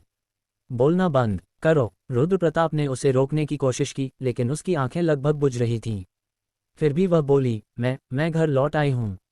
शायद उसने सोचा कि यही उसका अंत है, परंतु वह अपने मास्टर से एक अंतिम सराहना पाने के लिए व्याकुल थी। हाँ, तुमने अच्छा किया, अब चुप रहो। रुद्र प्रताप की आधी सराहना और आधी डांट सुनकर एंजेला ने मुस्कुराहट दी और फिर बेहोश हो गई। पुरोहितों को बुलाओ। भूलभुलैया तेजी से हलचल में आ गई। रुद्र प्रताप की आवाज़ गूंज रही थी। नाग पुरोहितों की उपचार शक्ति एंजेला के लिए पर्याप्त नहीं थी, क्योंकि वह लगभग मृत्यु के कगार पर थी। रुद्र प्रताप ने देर से इसका एहसास किया, लेकिन तब तक बहुत देर हो चुकी थी। उसके जख्म फिर से खुल गए और खून बहना शुरू हो गया। एक ही विकल्प बचा था, क्योंकि खून एक वैम्पायर का जीवन स्रोत होता है। ताजे रक्त से ही उसकी पुनर्प्राप्ति संभव थी। रुद्र प्रताप ने अपनी भुजा पर एक लंबा कट लगाया और रक्त बहते हुए देखा, फिर उसे एंजेला के होठों पर लगाया। सौभाग्य से उसके वैम्पायर प्रवृत्ति अभी भी जिंदा थी। धीरे धीरे उसने रुद्र प्रताप के रक्त को चूसना शुरू किया। कुछ ही समय में उसने पूरी तरह से अपनी आत्मनियंत्रण खो दी थी, और जैसे एक शिशु अपने मां के स्तन से चूसता है, वैसे ही उसने रुद्र प्रताप का रक्त पीना शुरू किया। उसके पास केवल शुद्ध प्रवृत्तियां थीं, और उसने बिना किसी संकोच के रक्त पीना जारी रखा। आमतौर पर रुद्र प्रताप अब उसे रोक देते, लेकिन उसकी चोटें अभी भी ताजी थीं और एंजेला कमजोर और पीली दिख रही थी। रुद्र प्रताप ने दर्द सहते हुए उसे जीवनदान दिया। काफी समय बीत गया। एंजेला धीरे धीरे अधिक जीवंत दिखने लगी। उसके जख्मों पर नई त्वचा उग आई और रक्त बहना बंद हो गया। उसका पीला नाग समान रंग वापस आ गया। लेकिन जब रुद्र प्रताप उसे अपने हाथ से हटाने की कोशिश कर रहे थे, उसका पकड़ और मजबूत हो गया। रुद्र प्रताप चौंक गए। यदि उसने ऐसा जारी रखा तो अब उनकी अपनी जान खतरे में थी। एंजेला, छोड़ो। उन्होंने उसके माथे पर हाथ रखकर उसे हटाने की कोशिश की, परंतु उसने मजबूती से पकड़ बनाए रखी। रुद्र प्रताप एक जटिल स्थिति में फंस गए। तभी किसी ने एंजेला के बाल पकड़ लिए। मॉरिगन, वैम्पायर हमेशा ये चाहते हैं कि यदि उन्हें थोड़ी स्वतंत्रता दी जाए तो वे पूरा लाभ उठाएं। मास्टर, तुम्हें फंसाया गया है। मॉरिगन ने एंजेला के सिर को जोर से खींचा, जैसे उसे झटके में मोड़ने वाली हो। उसकी नज़रें डरावनी थी। अब काफ़ी है, वह अभी भी ठीक हो रही है। रुद्र प्रताप ने मॉरिगन को रोका। यदि तुम उसे और अधिक रक्त पिलाने दोगे तो वह पहले से कहीं अधिक शक्तिशाली हो जाएगी। प्रतीक्षा करो, क्या वह नासमझ बनकर बेहोश होने का नाटक कर रही है? मॉरिगन ने हाथ को पंजे में बदल लिया, लेकिन उससे पहले कि मॉरिगन कोई कदम उठा पाती, उसी स्थान पर जहां एंजेला थी एक काली धुंध प्रकट हुई। दुष्ट औरत! मॉरिगन ने काली धुंध की ओर देखकर शाप दिया और फिर रुद्र प्रताप की ओर मुड़ी। तुम्हारे वैम्पायर के लिए सबसे आदर्श प्रेम मास्टर और उनके दास का होता है। ये जाति चाहती है कि उनके मास्टर केवल उन्हीं के लिए दृष्टि रखें और अंत तक उनके पास चिपके रहें, चाहे वे अन्य प्राणियों के मालिक क्यों न हों। इसलिए उसे बहुत करीब मत आने दो। मॉरिगन ने नाराजी से रुद्र प्रताप की ओर देखा और सिर हिलाया। उसने भौहें चढ़ाते हुए कहा, यदि तुम सीमा पार करोगे तो मैं स्वयं देखूंगी कि उस छोटे शरीर के भीतर क्या है। ये चेतावनी नहीं, ये वादा है। मॉरिगन ने चेतावनी देकर पंखों की झपकी के साथ गायब हो गई। मैं लौट आए। एंजेला ने निडर मुस्कान के साथ रुद्र प्रताप की ओर देखा। वह बिल्कुल वही ऊर्जा लिए हुए थी जैसे कोई बिल्ली तृप्त होकर भोजन कर चुकी हो। रुद्र प्रताप ने उसकी बेहूदगी पर गुस्से से एक भूंफ उड़ाए। हुफ, मुझे लगा मैं सच में मर जाऊंगी। एंजेला ने धीरे धीरे माहौल हल्का करने की कोशिश की, पर रुद्र प्रताप के मन में क्रोध की लहर थी। लेकिन एंजेला ने देखा कि वह वास्तव में परेशान है और उसने उनकी दृष्टि से बचने की कोशिश की। रुद्र प्रताप ने शुरू किया। 11वीं तल अब नरक बन चुकी है। एंजेला ने पहल की। यद्यपि वह चालाकी दिखा रही थी, रुद्र प्रताप को मजबूर होकर उसकी बात सुननी पड़ी। क्रास्टो से मिली जानकारी पर्याप्त नहीं थी और 11वीं तल की स्थिति का स्पष्ट चित्र केवल एंजेला से ही प्राप्त हो सकता था। बोलो, रुद्र प्रताप ने कहा। एंजेला ने तुरंत अपनी दृष्टि से जो देखा उसे बयां करना शुरू किया। रुद्र प्रताप का चेहरा गंभीर हो गया। स्थिति अपेक्षा से भी बदतर थी। क्या काउंट्स हार रहे हैं? उन्होंने पूछा। हाँ, मैंने लॉर्ड अनातोलियस से मिलने का प्रयास किया, लेकिन वहां वास्तव में रहने का कोई ठोस कारण नहीं था, इसलिए ज्यादा बात नहीं हो सकी। स्थिति इतनी गंभीर है। उन्होंने कहा कि वे कम महत्व वाले नोबल्स की सहायता भी मांग सकते हैं और उस समय यदि आवश्यकता पड़ी तो मास्टर आपकी मदद भी ले सकते हैं। रुद्र प्रताप ने पूरी स्थिति स्पष्ट रूप से समझ ली। पार्थेनॉन पीछे हट गया क्योंकि 11वीं तल की परिस्थितियां उनके अनुमान के अनुसार नहीं थीं। काले व्यापारी के संबंध में उसके अंडरवर्ल्ड में प्रभाव के कारण वह काउंट्स के मामलों में अत्यधिक संलग्न था। 9वीं तल फिलहाल उसकी प्राथमिकता नहीं थी। रुद्र प्रताप ने गंभीरता से विचार किया। उन्होंने अभी तक 10वीं तल पर आक्रमण नहीं किया था और वहीं 11वीं तल पर बड़े पैमाने पर युद्ध छिड़ चुका था। परिस्थितियां अत्यंत जटिल होती जा रही थीं। यदि मास्टर से सहायता की मांग की जाए तो क्या आप स्वीकार करेंगे? एंजेला ने चिंता भरी दृष्टि से पूछा। देखो, रुद्र प्रताप ने कहा, कृपया हस्तक्षेप मत करो। 11वीं तल का युद्ध 10वीं तल के नोबल्स के युद्ध जैसा नहीं है। यदि हम जल्दबाजी में हस्तक्षेप करेंगे। एंजेला की बात अधूरी रह गई, लेकिन रुद्र प्रताप जान गए कि वह क्या कहना चाह रही थी। ठीक है, हम युद्ध में भाग नहीं लेंगे, उन्होंने संकल्पपूर्वक कहा। एंजेला ने राहत की सांस ली, लेकिन वह क्षणिक थी क्योंकि रुद्र प्रताप ने तुरंत कहा, लेकिन इसका मतलब यह नहीं कि हम पूरी तरह से निष्क्रिय रहेंगे। एंजेला का चेहरा अब राहत से भय में बदल गया। वास्तव में युद्ध केवल तब तक 9वीं तल तक फैल सकता है जब 11वीं तल के काउंट्स पूरी तरह पराजित हों। इसलिए रुद्र प्रताप ने अनुमान लगाया कि युद्ध लंबा चलेगा। मैं कुछ समय के लिए बाहर रहूंगा। यदि कुछ होता है तो मिरर एथस को देखो। एस्पेटोस कुछ समय के लिए मेरी जगह भर सकता है, उन्होंने कहा। अभी निकलना खतरे भरा नहीं है। एंजेला ने पूछा। यदि स्थिति नियंत्रण से बाहर चली गई तो हमारे लिए वास्तव में कुछ करना संभव नहीं होगा। इसलिए हमें ऐसी रणनीति अपनानी होगी जो उनके पास नहीं है। रुद्र प्रताप को विश्वास था कि उसके पास ऐसा समाधान है जिसे 11वीं तल के शक्तिशाली काउंट्स भी सोच नहीं सकते थे। आखिरकार वह एक टेररान थे। सबसे पहले रुद्र प्रताप ने जानकारी जुटाने का प्रयास किया। यह विडंबना ही थी कि वह अंडरवर्ल्ड की जानकारी सतह की दुनिया से प्राप्त कर रहे थे, पर वह अच्छी तरह जानते थे कि अंडरवर्ल्ड के स्रोतों पर भरोसा करना सीमित साबित हो सकता है। अब तक उनकी मुख्य जानकारी का स्रोत रहे काले व्यापारी, जो अब कहीं नजर नहीं आ रहे थे, और 11वीं तल तक पहुंचना लगभग असंभव ही था। इस स्थिति को देखते हुए अब उनके लिए सबसे बेहतर तरीका यही था कि वे किसी भी व्यक्ति से जानकारी जुटाएं जो 11वीं तल से किसी तरह जुड़ा हुआ हो। लेकिन ये स्वयं में पूरे चित्र का केवल एक खंड भर था। हे भगवान, अब जब गहरे तल इतने अराजक हो गए हैं, मेरी डाउन जेम्स की आपूर्ति भी कट गई। ये डरपोक खोजकर्ता अब ऊपरी तल पर भी प्रवेश करने की हिम्मत नहीं करते। मिस्टर भास्कर ने रुद्र प्रताप पर गुस्से में चिल्लाते हुए कहा, जबकि रुद्र प्रताप ने हाल ही में उनके पास जाने का प्रयास नहीं किया था। जैसे ही गार्डियनों ने खोजकर्ताओं को पीछे हटाया, ऐसा प्रतीत हुआ कि वे आगे की खोज पर किसी निष्कर्ष पर नहीं पहुंच पाए। हर देश के भूल भुलैया पर रहस्यमय हमलों के बाद यह मानसिक बदलाव और भी गहरा हो गया था। मुझे ये भी नहीं पता कि बाजार में बची हुई सारी डाउन जेम्स किसने उठा ली। अवश्य ही, डाउन जेम्स की कीमत आसमान छू रही थी। अंडरवर्ल्ड को विकसित करने के उद्देश्य से सुरक्षित की गई भूल भुलैयाएं अब खो चुकी थी और स्थिति केवल और खराब हो गई थी। अरे मेरे दोस्त, अगर तुम्हारे पास कुछ डाउन जेम्स बची हैं तो मुझे दे दो, मैं अच्छी कीमत दूंगा, मिस्टर भास्कर ने प्रस्ताव रखा। संगति से रुद्र प्रताप को भी सतह पर अपनी गतिविधियों को आगे बढ़ाने के लिए कुछ फंड की आवश्यकता थी और वह अपने पास मौजूद कुछ डाउन जेम्स को नकद में बदलने के बारे में सोच रहे थे। उन्होंने अपना बैकपैक उल्टा किया और डाउन जेम्स धीरे धीरे मेज पर गिरने लगीं। ओह, मैं जानता था कि मैं तुम पर भरोसा कर सकता हूँ।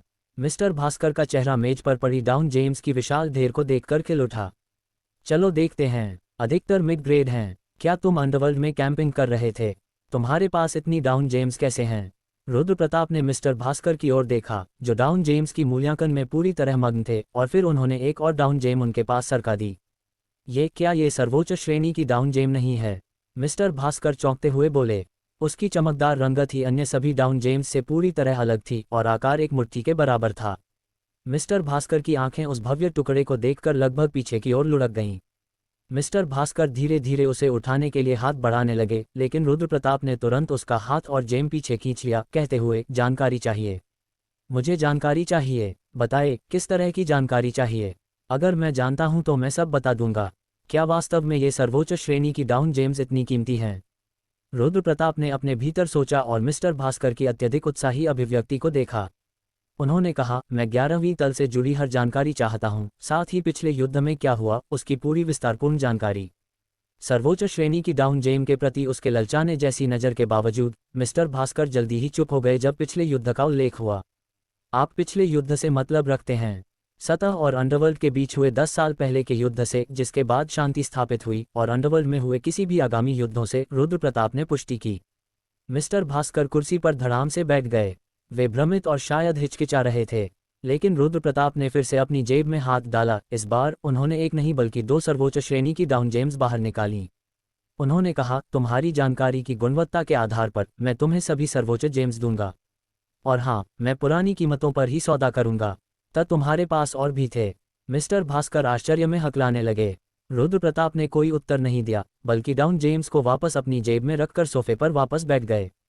मिस्टर भास्कर जान गए कि रुद्र प्रताप वास्तव में क्या चाहते हैं, और अंततः अपनी हिचकिचाहट को पीछे छोड़ते हुए उन्होंने कहा, मुझे विश्वास है कि तुम जो मैं बताने जा रहा हूं वह दूसरों को नहीं बताओगे। मेरे पास और किसी को बताने वाला नहीं है। मुझे पता है, लेकिन अगर यह खबर फैल गई तो मेरा इससे कोई लेना देना नहीं होगा, समझे? मिस्टर भास्कर ने आखिरी बार हिचकिचाते हुए कहा। फिर उन्होंने अपनी कहानी शुरू की। मैं तुम्हें विवरण अलग से भेज दूंगा, लेकिन अभी मैं उसी क्रम में जानकारी दूंगा जैसे मेरे मन में याद आती है। तुम्हें सतह और अंडरवर्ल्ड के बीच हुए युद्ध के बारे में कितना पता है? चलो कह लें कि मुझे औसत व्यक्ति जितनी ही जानकारी है, रुद्र प्रताप ने उत्तर दिया। भले ही वह पिछले युद्ध का सबसे बड़ा पीड़ित रहा हो, रुद्र प्रताप को इसके पूरे विवरण का कोई ज्ञान नहीं था। ऊपर से युद्ध के तुरंत बाद भूल भुलैया के बच्चों को छोड़ दिया गया था, और वह ये भी नहीं जानते थे कि संघर्ष किस मोड़ तक पहुंच गया। ठीक है, मैं शुरुआत से बताता हूं। और इस तरह मिस्टर भास्कर ने धीरे धीरे अपनी कहानी का प्रारंभ किया। रुद्र प्रताप असेसमेंट ऑफिस से जटिल भावों के साथ बाहर आए। उनका चेहरा इतना कड़ा था कि ऐसा प्रतीत हो रहा था जैसे किसी बच्चे ने कोई टेढ़ा मास्क बना दिया हो। राहगीरों पर भी इसका प्रभाव पड़ रहा था और सभी अपनी चाल तेज कर रहे थे। वाह मामा, वाह! एक बच्चा रुद्र प्रताप के चेहरे को देखकर चिल्लाया। बच्चे के माता पिता ने जल्दी से उसका हाथ पकड़कर दूर ले गए। रुद्र प्रताप को तब जाकर वास्तविकता का एहसास हुआ। उनकी आंखें केवल निराशा से भरी थीं। उन्होंने अनायास ही अपने हाथों से चेहरा ढक लिया। बिना दर्पण के भी वह पूरी तरह जानते थे कि उनकी अभिव्यक्ति कैसी थी। और फिर वह दौड़ पड़े। वह अपनी सीट से उठे और बच्चे की रोने की आवाज़ से दूर भागने लगे, जबकि मिस्टर भास्कर के शब्द उनके मन में गूंज रहे थे। तुम और अन्य गहरे तल के भूल भुलैया बच्चे पहले अंडरवर्ल्ड खोजकर्ताओं की संतान हो। उन्हें अब ये भी पता चला कि भूल भुलैया के बच्चे युद्ध कैदियों की संतान नहीं थे, बल्कि पहले खोजकर्ताओं की संतान थे, जिन्होंने अंडरवर्ल्ड के अस्तित्व की खोज की थी। और वही खोजकर्ता युद्ध का कारण बने। वे लुटेरे थे जिन्होंने अपनी तलवारें अंडरवर्ल्ड की प्राणियों के खिलाफ खींची और विशस्टोन को अपने अधीन कर लिया। सब्सक्राइब करो हेवनली डाउ टेल्स को। रुद्र प्रताप ने अपने पूरे जीवन में कभी भी अपने असली माता पिता के बारे में गंभीरता से नहीं सोचा था। वह परिवार के वास्तविक अर्थ को कभी समझ नहीं पाए थे, और जब वह पहली बार सतह की दुनिया में आए थे, तब उनके दत्तक माता पिता, माता कौशल्या और पिता हरिश्चंद्र ने उनके जीवन में उस खालीपन को भर दिया था। उनके कारण उन्होंने कभी भी अपने असली माता पिता के बारे में सोचने की आवश्यकता महसूस नहीं की। सच कहें तो उन्हें यह भी नहीं लगा था कि असली माता पिता के बारे में जानना उनकी जिंदगी में कोई महत्व रखेगा। परंतु जब पहली बार उन्हें उनके असली माता पिता के अस्तित्व के बारे में जानकारी मिली तो उनका मन एकदम खाली सा हो गया। वे खोजकर्ता क्या हुए? उन्होंने अनायास ही यह सवाल अपने मन में फेंक दिया, जैसे ये शब्द उनके होठों से खुद ब खुद फूट पड़े हों, और तुरंत ही वह शौक में रुक गए। सौभाग्य से मिस्टर भास्कर ने उनकी अचानक बदली हुई अभिव्यक्ति पर ध्यान नहीं दिया और बोलते रहे, सच कहूं तो मुझे भी पूरी तरह नहीं पता, परंतु जो मैं जानता हूं वह यह है कि युद्ध के अंत तक सतह पर उनमें से कोई भी जीवित नहीं बचा। जाहिर है उन्हें सभी को अंडरवर्ल्ड की प्राणियों द्वारा नीचे खींच लिया गया। इसके अलावा अंडरवर्ल्ड के दृष्टिकोण से मुझे यकीन है कि वे उन्हें किसी भी संभव तरीके से दंडित करना चाहते थे। क्या उन्हें ये लगता था कि रुद्र प्रताप, जो अंडरवर्ल्ड में जंगली जानवर की तरह पले बड़े थे, अपने असली माता पिता के प्रति कोई स्नेह महसूस नहीं करेंगे? मिस्टर भास्कर बोलते रहे, मानो इन रहस्यों का रुद्र प्रताप पर कोई असर ही ना पड़े। वैसे भी युद्ध इसी तरह शुरू हुआ और समाप्त हुआ, और जहां तक गहरे तल की वर्तमान स्थिति का सवाल है, कुछ ऐसा ही पहले भी हो चुका है। मुझे और जानकारी इकट्ठा करनी होगी, तब मैं तुम्हें और स्पष्ट बता सकूंगा। उसके बाद रुद्र प्रताप ने मिस्टर भास्कर की कही बातों में से कोई भी बात याद नहीं रखी। जब वह होश में आए तो खुद को सड़क पर पाया और थोड़ी ही देर बाद किसी तरह अपने घर पहुंच गए। सतह पर लौटे अभी केवल एक दिन ही बीता था, पर रुद्र प्रताप अपने हड्डियों तक थक चुके थे। जैसे ही उनका शरीर बिस्तर से टकराया, उनकी आंखें अपने आप बंद हो गईं। रुद्र प्रताप ने एक सपना देखा। सपने में वह अब भी एक छोटा बच्चा था, और वह जमीन पर झुके हुए था, अपने पहले से ही छोटे शरीर को और भी छोटा बना रहे थे। एक मकड़ी, जो एक पूरे घर जितनी बड़ी थी, उनके सामने प्रकट हुई और ठंडी नजरों से उन्हें घूरने लगी। वह डर रहे थे कि उस विशाल मकड़ी के भयानक दांत किसी भी क्षण उनके शरीर को चीर सकते हैं। लेकिन अजीब बात यह थी कि वह विशाल मकड़ी बहुत ही कोमल स्वर में बोली, तुम सभी मुक्त हो। केवल यह एक वाक्य कहकर मोर जैसी विशाल मकड़ी अंधकार में विलीन हो गई, और रुद्र प्रताप अन्य सभी जीवित रह चुके सुरंग खुदाई करने वालों के साथ लंबे समय तक चुपचाप बैठा रहे। उनके जीवन ने उन्हें इतना कठोर बना दिया था कि वे यह नहीं जान पाए कि सच्ची स्वतंत्रता क्या होती है। लेकिन समय के साथ उन्होंने अंततः स्वतंत्रता का अर्थ समझा। स्वतंत्रता का अर्थ था खाने और करने का अधिकार स्वयं चुनना। भूख से व्याकुल वे एक एक कर भूल भुलैया से बाहर निकल गए। रुद्र प्रताप उनमें से एक थे। रुद्र, चलो। एक छोटा सफेद हाथ उनके हाथ में पकड़ा गया। उन्होंने सिर घुमाकर देखा तो एक युवा लड़की उनके सामने खड़ी थी, जिसके चेहरे पर उज्ज्वल सफेद मुस्कान थी, जो अंडरवर्ल्ड में असामान्य प्रतीत होती थी। उस मासूम मुस्कान को देख रुद्र प्रताप जोर जोर से हंस पड़े। कभी भी हाथ मत छोड़ना। लड़की की यह विनती सुन उन्होंने सिर हिलाया और अंधकार की ओर साहसिक कदम बढ़ाया। रुद्र प्रताप सपने से जागे और केवल छत को ताकते हुए घूरते रहे। उन्हें याद था कि उन्होंने सपना देखा था, पर उसका कोई स्पष्ट अंश याद नहीं रह सका। केवल एक धुंधली चेहरे की झलक ही उन्हें याद रही, और वह भी धीरे धीरे गायब हो गई। फिर भी उन्हें एक अजीब तरह का दुख और पीड़ा महसूस हुई। अनायास ही वह अपने दिल को चूमते हुए खुद को सिकोड़ लिए। उन्हें ऐसा लग रहा था कि वे किसी चीज को खो चुके हैं, पर जितनी कोशिश की वह याद नहीं आ रही थी। अंततः उन्होंने तय किया कि किसी ऐसी याद के पीछे ना फंसना बेहतर है जिसे वह याद भी नहीं कर सकते। उन्होंने अपने फोन पर एक नंबर डायल किया। हेलो, कौन बोल रहे हैं? दूसरी ओर से कठोर आवाज आई। रुद्र प्रताप ने गहरी आवाज में उत्तर दिया, मैं रुद्र प्रताप हूँ, हम पहले भी कभी कभी मिल चुके हैं। क्या आपको याद है? अरे तुम हो दोस्त, तुम्हारी आवाज फोन पर इतनी भारी क्यों है? सॉन्ग जोंग चुल की आवाज तुरंत मित्रवत हो गई जैसे ही उन्होंने रुद्र प्रताप की पहचान की। रुद्र प्रताप ने सीधे मुद्दे पर आ गए। मुझे कुछ चीजों के बारे में पूछना है। मैंने सोचा था कि तुम कभी कॉल नहीं करोगे। शुक्र है कि तुम्हारे पास अभी भी सामाजिक समझदारी है। चलो पूछो। पहले मैं सुन लूंगा। मुझे गहरे तल की वर्तमान स्थिति के बारे में जानकारी चाहिए। सॉन्ग जोंग चुल ने ये सुनते ही चुप्पी साध ली। रुद्र प्रताप ने कहा, मैं मुफ्त में जानकारी नहीं मांग रहा। जो जानकारी तुम दोगे उसके अनुसार मैं तुम्हें उचित मुआवजा दूंगा। रुको, सवाल कीमत का नहीं है। मैं ये जानना चाहता हूं कि तुम्हें ये जानकारी क्यों चाहिए। मुझे वहां कुछ निपटाना है, इसके अलावा और कुछ नहीं बता सकता। रुद्र प्रताप को 11वीं तल की घटनाओं की सटीक जानकारी जुटानी थी ताकि वह आगे की रणनीति बना सकें। बिना सोचे समझे 11वीं तल में कूदना अच्छा विचार नहीं था, लेकिन पूरी तरह निष्क्रिय बैठ जाना भी अवसर की भारी बर्बादी जैसा प्रतीत होता था। गहरे तल, हाँ। तुम्हें किस तल की जानकारी चाहिए? सॉन्ग जोंग चुल ने थोड़ी देर हिचकिचाहट दिखाई, लेकिन जैसा कि उम्मीद थी उनके पास गहरे तल की जानकारी थी। साथ ही भूल भुलैया को सुरक्षित करने की खोजकर्ता योजना विफल होने के बावजूद खोजकर्ता संघ के कार्यकारी होने के नाते उनके पास खोजकर्ताओं में काफ़ी प्रभाव था। वे निस्संदेह मिस्टर भास्कर से अधिक जानकार थे, जो सतह पर रहकर केवल सुनकर जानकारी इकट्ठा करते रहते थे। 11वीं तल, रुद्र प्रताप ने संक्षेप में उत्तर दिया। सॉन्ग जोंग चुल ने सुझाव दिया, मैं ये फ़ोन पर बात करना पसंद नहीं करता। चलो मिलते हैं और बात करते हैं। पर तुम्हारे पास जानकारी है।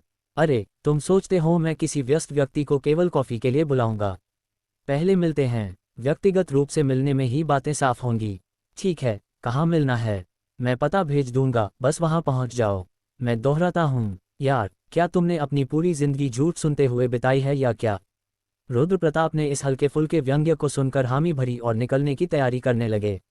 उन्होंने अपने फ़ोन की जांच की और कैब से बताए गए स्थान पर पहुंच गए। पता एक पुराने स्टाइल के अंडरग्राउंड पब का था, जो शांत उपनगर में स्थित था। स्वागत है। एक आदमी सूट में सीढ़ियों के सामने खड़ा था और रुद्र प्रताप को रोक दिया। मेरी सॉन्ग जोंग चुल से मुलाकात तय है, रुद्र प्रताप ने कहा। आदमी को पहले ही रुद्र प्रताप के आने की सूचना मिल चुकी थी। वह उन्हें रास्ता दिखाते हुए बोला, अंतिम कमरा सीढ़ियों के नीचे। रुद्र प्रताप ने सिर हिलाया और संकरे मार्ग से कमरे की ओर बढ़े। बाहरी स्थिति की तुलना में अंदर का दृश्य काफ़ी आलीशान और सजावटी था। अभी शाम का समय था, इसलिए गलियारे में कोई ग्राहक या कर्मचारी नहीं थे। तुम आ गए, सॉन्ग जोंग चुल ने रुद्र प्रताप की ओर हाथ हिलाते हुए कहा, जैसे कोई पुराना मित्र मिल गया हो। आओ बैठो, यहाँ खड़े क्यों हो? सामान्यतः ऐसे स्थानों में टेबल और सोफे ज़रूरत से अधिक विशाल होते हैं। रुद्र प्रताप ने असहज भाव से अपने नज़दीकी सोफे पर बैठ गए। इतनी दूर बैठकर हम कैसे बात करेंगे? आओ यार, मैं तुम्हें नहीं खाऊंगा, सॉन्ग जोंग चुल ने मुस्कुराते हुए कहा। लेकिन पहले चलो एक ड्रिंक लेते हैं। गहरे तल की जानकारी, मुझे गहरे तल की जानकारी चाहिए। रुद्र प्रताप ने तुरंत बात काट दी, क्योंकि माहौल जल्द ही शराब पीने के बहाने में बदल सकता था। तुम तो जल्दीबाज हो, जानकारी देना मुश्किल नहीं है, पर मुझे जानना है क्यों। मैंने बताया, मुझे वहाँ कुछ निपटाना है। पर गहरे तल क्यों? Down James. अच्छा, और क्या कारण हो सकता है? शायद तुम्हें सर्वोच्च श्रेणी की डाउन जेम्स चाहिए। सॉन्ग जोंग चुल के लगातार सवालों पर रुद्र प्रताप ने चुपचाप एक पाउच से डाउन जेम्स निकालकर टेबल पर फैला दिए और कहा, मैं पूछूंगा, तुम जवाब दो। सॉन्ग जोंग चुल ने टेबल पर पड़े ढेर को देखा, लेकिन प्रभावित नहीं हुए। भैया, अगर वर्तमान बाजार दर से देखें तो ये कुछ करोड़ की कीमत की हैं। पर क्या बात है, दिखावा कर रहे हो क्या? ठीक है, देख लिया। अब क्या? जानकारी के लिए भुगतान। रुद्र प्रताप की आंखें अचानक झपकी। हाँ, क्या समाज विरोधी हो तुम? सुनो, मैंने पहले ही कहा कि जानकारी देना मुश्किल नहीं है।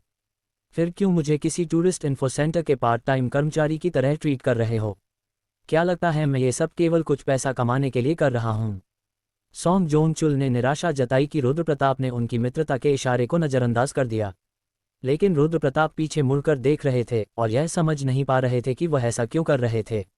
वे उनके दोस्ती के इशारे से चौंक गए, जबकि वे बहुत करीबी भी नहीं थे। शायद तुम ऐसे व्यक्ति हो जो दूसरों के ऋणी रहकर नहीं रह सकते। अगर हाँ, तो मैं समझने की कोशिश करूंगा। सॉन्ग जोंग चुल ने डाउन जेम्स को धक्का दिया। हाँ, तुमने कहा कि तुम्हें गहरे तल की जानकारी चाहिए, सही। दुर्भाग्य से अभी गहरे तल में प्रवेश करने का समय नहीं है। भले ही तुम्हारे पास कारण हो, इसे किसी और दिन के लिए बचा लो। मुझे स्थिति का मोटा मोटा अंदाजा है, फिर भी जाना चाहते हो? पागल हो तुम, ये तो आत्मघाती है दोस्त। रुद्र प्रताप को सॉन्ग जोंग चुल की प्रतिक्रिया से कोई खास नाराजगी नहीं हुई। असल में यह उनके अपने विचारों के अनुरूप था। इतना जिद्दी हो तो मैं बताता हूँ। गहरे तल युद्ध क्षेत्र है। कैसे जानता हूँ? एक पागल खोजकर्ता हाल ही में 11वीं तल में डाउन जेम्स की तलाश में गया और मुश्किल से बचकर निकला। मैं उसके काफ़ी करीब हूँ। सही कहा, ये 11वीं तल ही युद्धग्रस्त है ना? तुम तो माहिर हो, और क्या जानना चाहते हो? मुझे ये पता है कि यह पहली बार नहीं है जब वहाँ युद्ध हुआ है। मैं इसके पीछे की ऐतिहासिक घटनाओं के बारे में विस्तार से जानना चाहता हूँ। रुद्र प्रताप ने ये जानकारी पहले ही मिस्टर भास्कर से पाली थी। अगर यह इतिहास में बार बार हो रहा है तो इसके पीछे कोई कारण जरूर होगा। वह नहीं सोच रहे थे कि इंसान उस कारण को जानते हैं, पर वह खुद सबूत इकट्ठा कर निष्कर्ष तक पहुंच सकते थे। इसलिए वह लगातार सॉन्ग जोंग चुल से जानकारी मांगते रहे। पर मुझे क्यों? पिछली बार तुम मुझसे दूर भागे थे, क्या बात है? सॉन्ग जोंग चुल ने पूछा। क्योंकि मुझे तुम्हारी ज़रूरत है। इसके अलावा मेरे पास पूछने के लिए और कोई नहीं है। वे ली जून यंग और अन्य के सामने सीधे खड़े होकर ली जिनते की मृत्यु के दुख में शामिल नहीं हो सकते थे, जिसकी जिम्मेदारी उनके सिर थी। ठीक है, तुम्हारे कहने पर मैं जो कुछ जानता हूँ सब बताऊंगा, इसे मित्रता का इशारा समझो। सॉन्ग जोंग चुल ने होंठ चाटते हुए अपनी कहानी शुरू की। मैं कभी एक सम्मानित खोजकर्ता था। 5 या 6 साल पहले तक कोई भी ऐसा व्यक्ति नहीं था जिसने मेरा नाम न सुना हो। अरे, ऐसा चेहरा मत बनाओ। मैं दिखावा करने के लिए नहीं बता रहा। सॉन्ग जोंग चुल ने हाथ हिलाकर रुद्र प्रताप को शांत किया। पर मैं पूछता हूँ, सतह पर पड़े रहने के दौरान मैंने खोजकर्ता संघ क्यों बनाया? क्यों? तुम्हें क्या लगता है? वह रुके, फिर अपनी कमीज उठाए और अपने शरीर पर बने घावों को दिखाया। उनके शरीर का कोई इंच भी सुरक्षित नहीं था। फिर वह अपने छाती पर सबसे गहरा, भयानक घाव छूते हुए मुस्कुराए। इस भयानक युद्ध ने मुझे पूरी तरह से तोड़ दिया था। सब्सक्राइब करो हेवनली डाउ टेल्स को। सॉन्ग जोंग चुल की हंसी में कुछ डरावनी सी धार थी। ये हंसी आत्मद्वेष और नफरत से भरे भयानक मुस्कान के साथ गूंज रही थी। लेकिन रुद्र प्रताप को इससे कोई फर्क नहीं पड़ा। आखिरकार हर भूल भुलैया का बच्चा, हर वह व्यक्ति जो अंडरवर्ल्ड में पला बड़ा, अंडरवर्ल्ड से नफरत करता था और उनके जीवन में किसी न किसी तरह की दर्दनाक कहानी बसी रहती थी। सॉन्ग जोंग चुल केवल उन लोगों में से एक था। उस दिन के बाद मैं गहरे तल के पास भी नहीं जा सका। हर बार जब बारिश होती, मेरे घाव इतना दर्द देते कि लगता जैसे मौत ही पास है। लेकिन जानते हो, सबसे अधिक दुखद क्या था? सॉन्ग जोंग चुल ने पूछा। रुद्र प्रताप ने जवाब नहीं दिया, लेकिन ऐसा प्रतीत हुआ कि सॉन्ग जोंग चुल को इसका कोई अनुमान था, क्योंकि उन्होंने तुरंत ही अपने सवाल का जवाब खुद दे दिया। वे बेवकूफ़ों ने मेरी तरफ बिल्कुल ध्यान नहीं दिया। आखिरकार मैं उनके लिए सिर्फ एक और बोझ बन गया था। उन्होंने अपने विस्की के गिलास को उठाया और एक ही घूंट में खाली कर दिया। फिर आगे बोले, 11वीं तल पर युद्ध असल में उन पागल लोगों की अपनी मर्जी से चल रहा है। मुझे कारण की कोई परवाह नहीं और मुझे इसे जानने में भी कोई रुचि नहीं। वैसे भी जानने का कोई तरीका मेरे पास नहीं है। उनकी बातें सुनकर रुद्र प्रताप को अजीब असहजता महसूस हुई। वह जानता था कि इसका कारण क्या था। लोग कहते हैं कि अंडरवर्ल्ड विशाल और अपार है, लेकिन मैंने कभी भी ऐसा कोई खोजकर्ता नहीं देखा जो 8वीं तल से आगे गया हो। और यह सब कुछ मैंने अंडरवर्ल्ड के प्रवेश द्वार के पास रहते हुए भी देखा। रुद्र प्रताप ने गंभीर स्वर में कहा। सच कहें तो यह अवलोकन उन्होंने खुद नहीं किया था, बल्कि उनके अधीनस्थ नागा रेंजर और कई भूल भुलैया प्रबंधकों ने ये जानकारी उन्हें दी थी। परंतु रुद्र प्रताप को इसमें थोड़ा बहुत बदलकर प्रस्तुत करने में कोई आपत्ति नहीं थी। बस इतना ही। उन्होंने कुछ देर बाद पूछा। सॉन्ग जोंग चुल ने बेरुखी से जवाब दिया, एक रास्ता है जो केवल गहरे तल में माहिर खोजकर्ता ही इस्तेमाल करते हैं। आम खोजकर्ताओं को इसकी कोई जानकारी नहीं होती। तुम्हारा मतलब है कोई गुप्त मार्ग? हाँ, कुछ ऐसा ही। अगर तुम अभी भी आर्या शांता और बाकी लोगों के साथ रहे होते तो अब तक तुम इसमें सिर्फ नौसिखिया ही बने रहते। वे बहुत बातें करते हैं, लेकिन सच यह है कि उनमें से कोई भी गहरे तल में कभी गया ही नहीं। जब ये रहस्य सामने आया कि 9वीं तल को पार करते हुए गहरे तल तक जाने का एक गुप्त मार्ग है, तो रुद्र प्रताप ने अनायास ही अपने गिलास को कसकर पकड़ा। फिर भी उन्होंने अपनी शांति बनाए रखते हुए अगला सवाल पूछा, वह तुम्हारा गुप्त मार्ग? और आज बस इतना ही। अब तक की सारी जानकारी केवल तुम्हारे लिए मेरा एक उपकार था। बाकी सब कुछ काफ़ी संवेदनशील है। मेरी खुद की जान भी खतरे में है। सॉन्ग जोंग चुल ने जल्दी से बीच में ही काट दिया। अब तक वह काफ़ी मिलनसार बने हुए थे, लेकिन यह उनकी सीमा थी। रुद्र प्रताप ने टेबल पर रखे डाउन जेम्स की ओर देखते हुए पूछा, तुम कुछ इनाम चाहते हो? लेकिन सॉन्ग जोंग चुल ने सिर हिलाया। इसे इनाम कहने की बजाय मैं तुम्हें कुछ प्रस्ताव देता हूँ। उन्होंने गिलास उठाया और रुद्र प्रताप की ओर झुका। मेरे समूह में शामिल हो जाओ। फिर मैं तुम्हें वह सब कुछ बता दूंगा जो मैं जानता हूँ, गुप्त मार्ग समेत। अगर वास्तव में ऐसा कोई गुप्त मार्ग था जो 9वीं तल को पार करते हुए गहरे तल तक जाता था, तो उसकी रणनीतिक महत्ता अतुलनीय थी। स्वाभाविक रूप से रुद्र प्रताप के पास सॉन्ग जोंग चुल का प्रस्ताव स्वीकार करने के अलावा कोई विकल्प नहीं था। हालांकि चूंकि वह स्वयं लगभग अंडरवर्ल्ड का निवासी था, उन्होंने ये शर्त सॉन्ग जोंग चुल से रखी कि वह सीधे किसी भी ऐसे कार्य में शामिल नहीं होंगे जो उनकी अंडरवर्ल्ड में स्थिति को खतरे में डाल सके। सॉन्ग जोंग चुल को भी शायद उम्मीद नहीं थी कि रुद्र प्रताप पहले ही सीधे इसमें शामिल होंगे। उन्हें केवल खोजकर्ता संघ का नाम बाहर लाने में संतोष था। वे रुद्र प्रताप की उपाधि भारत का उच्चतम स्तर का भूल भुलैया बच्चा को अत्यधिक महत्व देते थे। और जैसे कि उन्होंने सोचा था, बहुत जल्दी ही देश के अन्य कई खोजकर्ता भी संघ में शामिल हो गए, केवल इसलिए कि प्रसिद्ध रुद्र प्रताप जीवित थे और संघ का हिस्सा थे। संघ ने ज़रूरत से अधिक जानकारी लीक कर दी थी और परिणाम भारी प्रभावशाली साबित हुए। आखिरकार रुद्र प्रताप ही देश का एकमात्र स्तर 12 का भूल भुलैया बच्चा था। यार, तुम्हारा नाम बाहर डालते ही संघ के सदस्य कई गुना बढ़ गए। सच कहूं, हाल ही में कुछ दुर्भाग्यपूर्ण हुआ और मुझे इसके लिए काफ़ी फटकार भी मिली। क्या हुआ? रुद्र प्रताप ने पूछा, जबकि सॉन्ग जोंग चुल फोन पर बता रहे थे। उन्हें स्थिति का मोटा मोटा अंदाजा था, पर उन्होंने खुद को पूरी तरह अनजान दिखाया। संघ के पास एक भूल भुलैया पर कब्जा करने का अवसर था, पर अचानक वह गायब हो गई। इसके कारण बहुत से लोग आरोप लगा रहे थे कि हमने उसे चुरा लिया और आदि। जैसा कि रुद्र प्रताप ने अनुमान लगाया था, उन्होंने उसी लेबिरिंथ को इंटरसेप्ट कर संघ को फंसाया था। उफ, सोचते ही गुस्सा आता है। वह चीज़ मेरे पास भी नहीं थी, फिर भी सारा आरोप मुझ पर डाल दिया गया।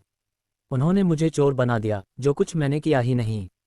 रुद्र प्रताप ने सोचा कि अगर सॉन्ग जोंगचुल जान जाए कि उसी व्यक्ति से वह ये शिकायत कर रहे थे वह वास्तव में असली चोर कौन है, तो उसका चेहरा कैसा होगा।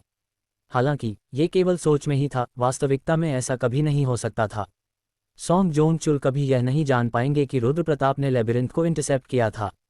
वैसे उस गुप्त मार्ग के बारे में क्या हम तैयार हैं?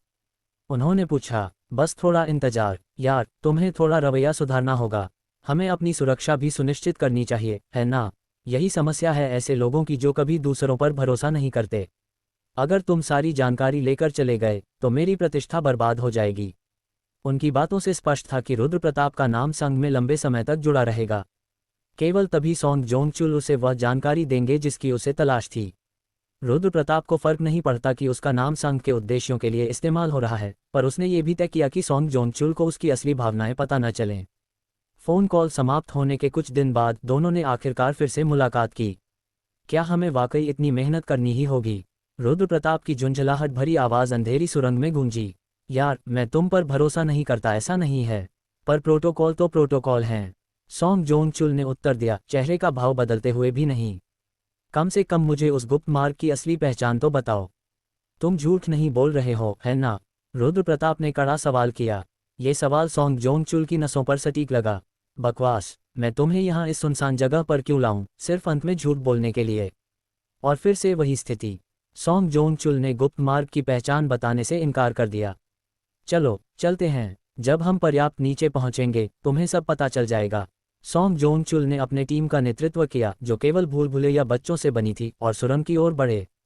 रुद्र प्रताप चुपचाप उनके पीछे पीछे चलने लगे। उन्हें थोड़ा निराशा हुई, बावजूद इसके कि कल उन्हें सब कुछ बताया जाएगा। फिर भी उन्होंने निर्णय किया कि वह उनका अनुसरण करेंगे। उनकी धैर्य सीमा धीरे धीरे कम हो रही थी। उन्होंने केवल कहा, ठीक है, मैं तुम पर भरोसा कर रहा हूं, तो चलो नीचे चलते हैं। अब ये शर्मनाक हो रहा है। क्या मुझे धन्यवाद कहना चाहिए? ये लगभग धमकी जैसा लगा, लेकिन सॉन्ग जोंगचुल ने फिर भी आगे बढ़ते रहे। सिर्फ खोजकर्ताओं पर ही रुद्र प्रताप के शब्दों का असर हुआ। वे किसी को इस तरह सामने से टकराते हुए नहीं देखे गए थे, खासकर सॉन्ग जोंगचुल की प्रतिष्ठा और स्थिति को देखते हुए। अब तक किसी ने भी उसके आदेशों के खिलाफ नहीं जाने की हिम्मत नहीं की थी, या शायद वे सभी बस उसे खुश करने की कोशिश कर रहे थे। किसी भी स्थिति में ये स्पष्ट था कि खोजकर्ता उनकी बातचीत में सहज नहीं थे। अरे, वह आदमी कौन है जो जोंगचुल से उलझता है? क्या आप लोग जानते हैं? सॉन्ग जोंगचुल ने उस आदमी के बारे में कुछ नहीं कहा, न ही उसे हमें परिचित कराया। यार, मैं बहुत जिज्ञासु हूँ। आगे बढ़ो। सॉन्ग जोंगचुल ने पहले ही कहा है कि उससे बात मत करना। मुझे फिर से डांट सुननी नहीं है। खोजकर्ता आपस में फुसफुसा रहे थे, लेकिन रुद्र प्रताप अपनी बढ़ी हुई इंद्रियों की मदद से उनकी सारी बातें सुन पा रहे थे। ये स्पष्ट था कि सॉन्ग जोंगचुल ने टीम के बाकी सदस्यों को उनकी असली पहचान नहीं बताई। क्या ये सब समझाने में परेशानी होगी, या इसका कोई और कारण है? किसी भी स्थिति में रुद्र प्रताप को ये बेहतर लगा। वह किसी से अनावश्यक बातचीत करने से बचना चाहते थे। जैसे ही वे अंडरवर्ल्ड में और नीचे उतर रहे थे, रुद्र प्रताप ने देखा कि वे बिना यह महसूस किए ही 5वीं तल पर पहुंच चुके हैं। और अजीब बात यह थी कि अभी तक उन्हें एक भी प्राणी नहीं मिला। क्या ये केवल भाग्य था, या किसी योजना का हिस्सा? सॉन्ग जोंगचुल ने शायद उनके मन की पढ़ ली थी। वह धीरे धीरे रुद्र प्रताप के पास आए और बोले, ऐसे नीच प्राणियों से किसी भी प्रकार की टक्कर से बचना ही बेहतर है, जिनकी कोई कीमत नहीं है। ऐसा लगता था कि उनके पास ऐसा ज्ञान था जिससे वे प्राणियों के बीच से रास्ता निकाल सकते थे। रुद्र प्रताप केवल सिर हिलाकर सहमति में रहे, ये जानते हुए कि सॉन्ग जोंगचुल इसे उन्हें कभी नहीं बताएंगे। नीचे उतरते समय थकान बढ़ती गई। किसी भी संघर्ष न होने के कारण रुद्र प्रताप ने बाकी टीम पर ध्यान देना शुरू किया। भूल भुलैया के बच्चे बहुत शक्तिशाली नहीं दिख रहे थे, लेकिन ये स्पष्ट था कि वे उच्च स्तर के थे। उनके हाव भाव में अंतर था, वे एक साथ गतिशील थे और कुछ के चेहरे पर चिंता थी, परंतु उनमें किसी प्रकार का भय या संदेह नहीं था। शायद ये वही गहरे तल के खोजकर्ता थे जिनके बारे में सॉन्ग जोंगचुल ने बताया था। रुद्र प्रताप ने ध्यान दिया कि खोजकर्ताओं के भारी और बड़े बैकपैक थे। जितना अधिक वह सोचते, उतना ही वे असामान्य लग रहे थे। उन पैक में क्या है? केवल भोजन और उपकरण रखने के लिए ये बहुत बड़े हैं। जिज्ञासा बढ़ी और उन्होंने सॉन्ग जोंगचुल से पूछा, सौंग जोंगचुल ने मुस्कुराते हुए कहा, तुम वहां पहुंचकर देखोगे। रुद्र प्रताप को उनसे कोई स्पष्ट उत्तर नहीं मिला। निराश होकर उन्होंने सवाल नहीं किया और चुपचाप चलते रहे। क्षेत्र में किसी अन्य खोजकर्ता की जांच करो। कुछ देर बाद वे आखिरकार रुके। लेकिन अजीब बात यह थी कि सौंग जोंगचुल ने आदेश दिया कि आसपास किसी खोजकर्ता की जांच करें, न कि प्राणियों की। ये संदिग्ध था, लेकिन रुद्र प्रताप ने कुछ नहीं कहा। सौंग जोंगचुल ने अपनी पहल में कहा, कई लोगों को गुप्त मार्ग के बारे में जानना ठीक नहीं है। सुरक्षित रहना ही बेहतर है। अंततः गुप्त मार्ग पास ही था। यहाँ से 15 मिनट की दूरी पर कुछ प्राणी हैं, पर खोजकर्ता नहीं। मैंने भी कोई महसूस नहीं किया। कुछ भूल भुलैया बच्चे जो जांच पर गए थे, लौटकर अपनी रिपोर्ट दे चुके थे। खैर, कोई भी स्वस्थ सोच वाला व्यक्ति इस पथ से नहीं गुजरेगा। वे अब 7वीं तल पर एकांत मार्ग पर रुक गए। ये हमारी अंतिम विश्राम बिंदु है, अपने उपकरणों की जांच करें। जिन्होंने सामान साथ लाए हैं, वे विशेष सावधानी बरतें। सौंग जोंगचुल ने रुद्र प्रताप की ओर देखते हुए आदेश दिया, थोड़ी देर और धैर्य रखो। मैं तुम्हें बहुत बड़ा आश्चर्य दिखाने वाला हूँ। टीम अंडरवर्ल्ड में और नीचे बढ़ती रही और अनजानी भूल भुलैया के पास रुकी। हम पहुंच गए। क्या? रुद्र प्रताप सौंग जोंगचुल की बात सुनकर भ्रमित हो गए। साधारण दिखने वाली भूल भुलैया का चिन्ह पूरी तरह धुंधला गया था और एकमात्र निश्चित बात यह थी कि इसका कोई प्रबंधक था। उन्होंने सोचा कि शायद सौंग जोंगचुल ने गलत रास्ता लिया या खो गए थे। लेकिन मामला ऐसा नहीं था। यही है हमारा गुप्त मार्ग। सौंग जोंगचुल ने अपनी बाहें मोड़कर भूल भुलैया की ओर देखा। ये तो आबाद भूल भुलैया है ना? रुद्र प्रताप ने आश्चर्य जताते हुए पूछा। हाँ, वह भूल भुलैया आबाद है। सौंग जोंगचुल ने तटस्थ होकर उत्तर दिया। और रुद्र प्रताप उनकी बात को समझ नहीं पाए। जैसा मैंने कहा, यही हमारा गुप्त मार्ग है। सौंग जोंगचुल ने हंसी में लिपटे हुए रुद्र प्रताप की उलझन का आनंद लिया। मैंने कहा था कि मैं तुम्हें चौंकाने वाला हूँ। जैसे ही सौंग जोंगचुल ने बोलना समाप्त किया, भूल भुलैया से भारी संख्या में सैनिक बाहर निकल पड़े। सब्सक्राइब करो हेवनली डाउटेल्स को। प्राणियों का कच्चा लाल मांस पूरी तरह से खुला हुआ था, जैसे उनकी त्वचा ही नहीं रही हो। हर एक के हाथ में कोई न कोई हथियार था और रुद्र प्रताप को यह अजीब तरह से परिचित लगे। वे वही छुरियां और भाले पकड़े हुए थे जो आमतौर पर खोजकर्ताओं द्वारा इस्तेमाल किए जाते थे। ये तो नामुमकिन है, रुद्र प्रताप ने मन ही मन सोचा। लेकिन उनकी शंका जल्दी ही सही साबित हो गई। सौंग जोंगचुल और बाकी खोजकर्ताओं को इन प्राणियों की दृष्टि देखकर कोई फर्क नहीं पड़ा। वे बिल्कुल सामान्य मनुष्यों की तरह उनसे व्यवहार कर रहे थे। तुम लोग इस बार बहुत देर से आए। आश्चर्यजनक रूप से उन प्राणियों में से एक ने बोला। ये प्राणी लगभग 2.5 मीटर लंबा विशालकाय था। इतनी बड़ी कदकाठी के बावजूद सौंग जोंगचुल ने उससे वैसे ही बात की जैसे किसी साधारण व्यक्ति से की जाती है। कौन कहता है देर से आए? हमारे लोग तुमसे थोड़ी देर पहले ही मिले थे। फिर उन्होंने रुद्र प्रताप की ओर देखा और एक ऊंची मुस्कान के साथ आंख में चौली की। उसी क्षण सब कुछ रुद्र प्रताप के लिए स्पष्ट हो गया। अब उसे समझ में आ गया कि सौंग जोंगचुल ने गुप्त मार्ग का जिक्र क्यों किया था। अचंभित करने वाली बात यह थी कि सौंग जोंगचुल का अंडरवर्ल्ड की शक्तियों के साथ गहरा संबंध था और रुद्र प्रताप निश्चित था कि इन शक्तियों का सीधा संबंध गहरे तल से भी था। अब पीछे मुड़कर सोचने पर यह बिल्कुल असंभव था कि सौंग जोंगचुल इतने विवरणों के बाद गलत भूल भुलैया में पहुंच गए हों। हम इंसान हैं, समझदारी का इस्तेमाल करना पड़ता है। सिर्फ लगातार लड़ते रहने से हम कहीं नहीं पहुंचते, सौंग जोंगचुल ने गंभीर स्वर में कहा। और इसी क्षण गुप्त मार्ग की असली पहचान उजागर हो गई। हम इस भूल भुलैया का उपयोग गहरे तल तक पहुंचने के लिए करते हैं। हाँ, यह मुफ्त नहीं है, पर इसकी कीमत उस परेशानी की तुलना में तो मामूली है जो हम इससे बचाते हैं। मामूली कीमत? रुद्र प्रताप ने पूछा। हाँ, सच कहूं तो इसे कीमत कहना भी उचित नहीं होगा, क्योंकि सतह पर पाई जाने वाली चीजें लगभग बेकार ही हैं। मज़ेदार बात यह है कि अंडरवर्ल्ड वही चीजें उच्च मूल्य की समझता है जिन्हें हम केवल कचरा समझते हैं। सौंग जोंगचुल ने प्राणियों की ओर देखते हुए धीमे स्वर में हंसते हुए कहा।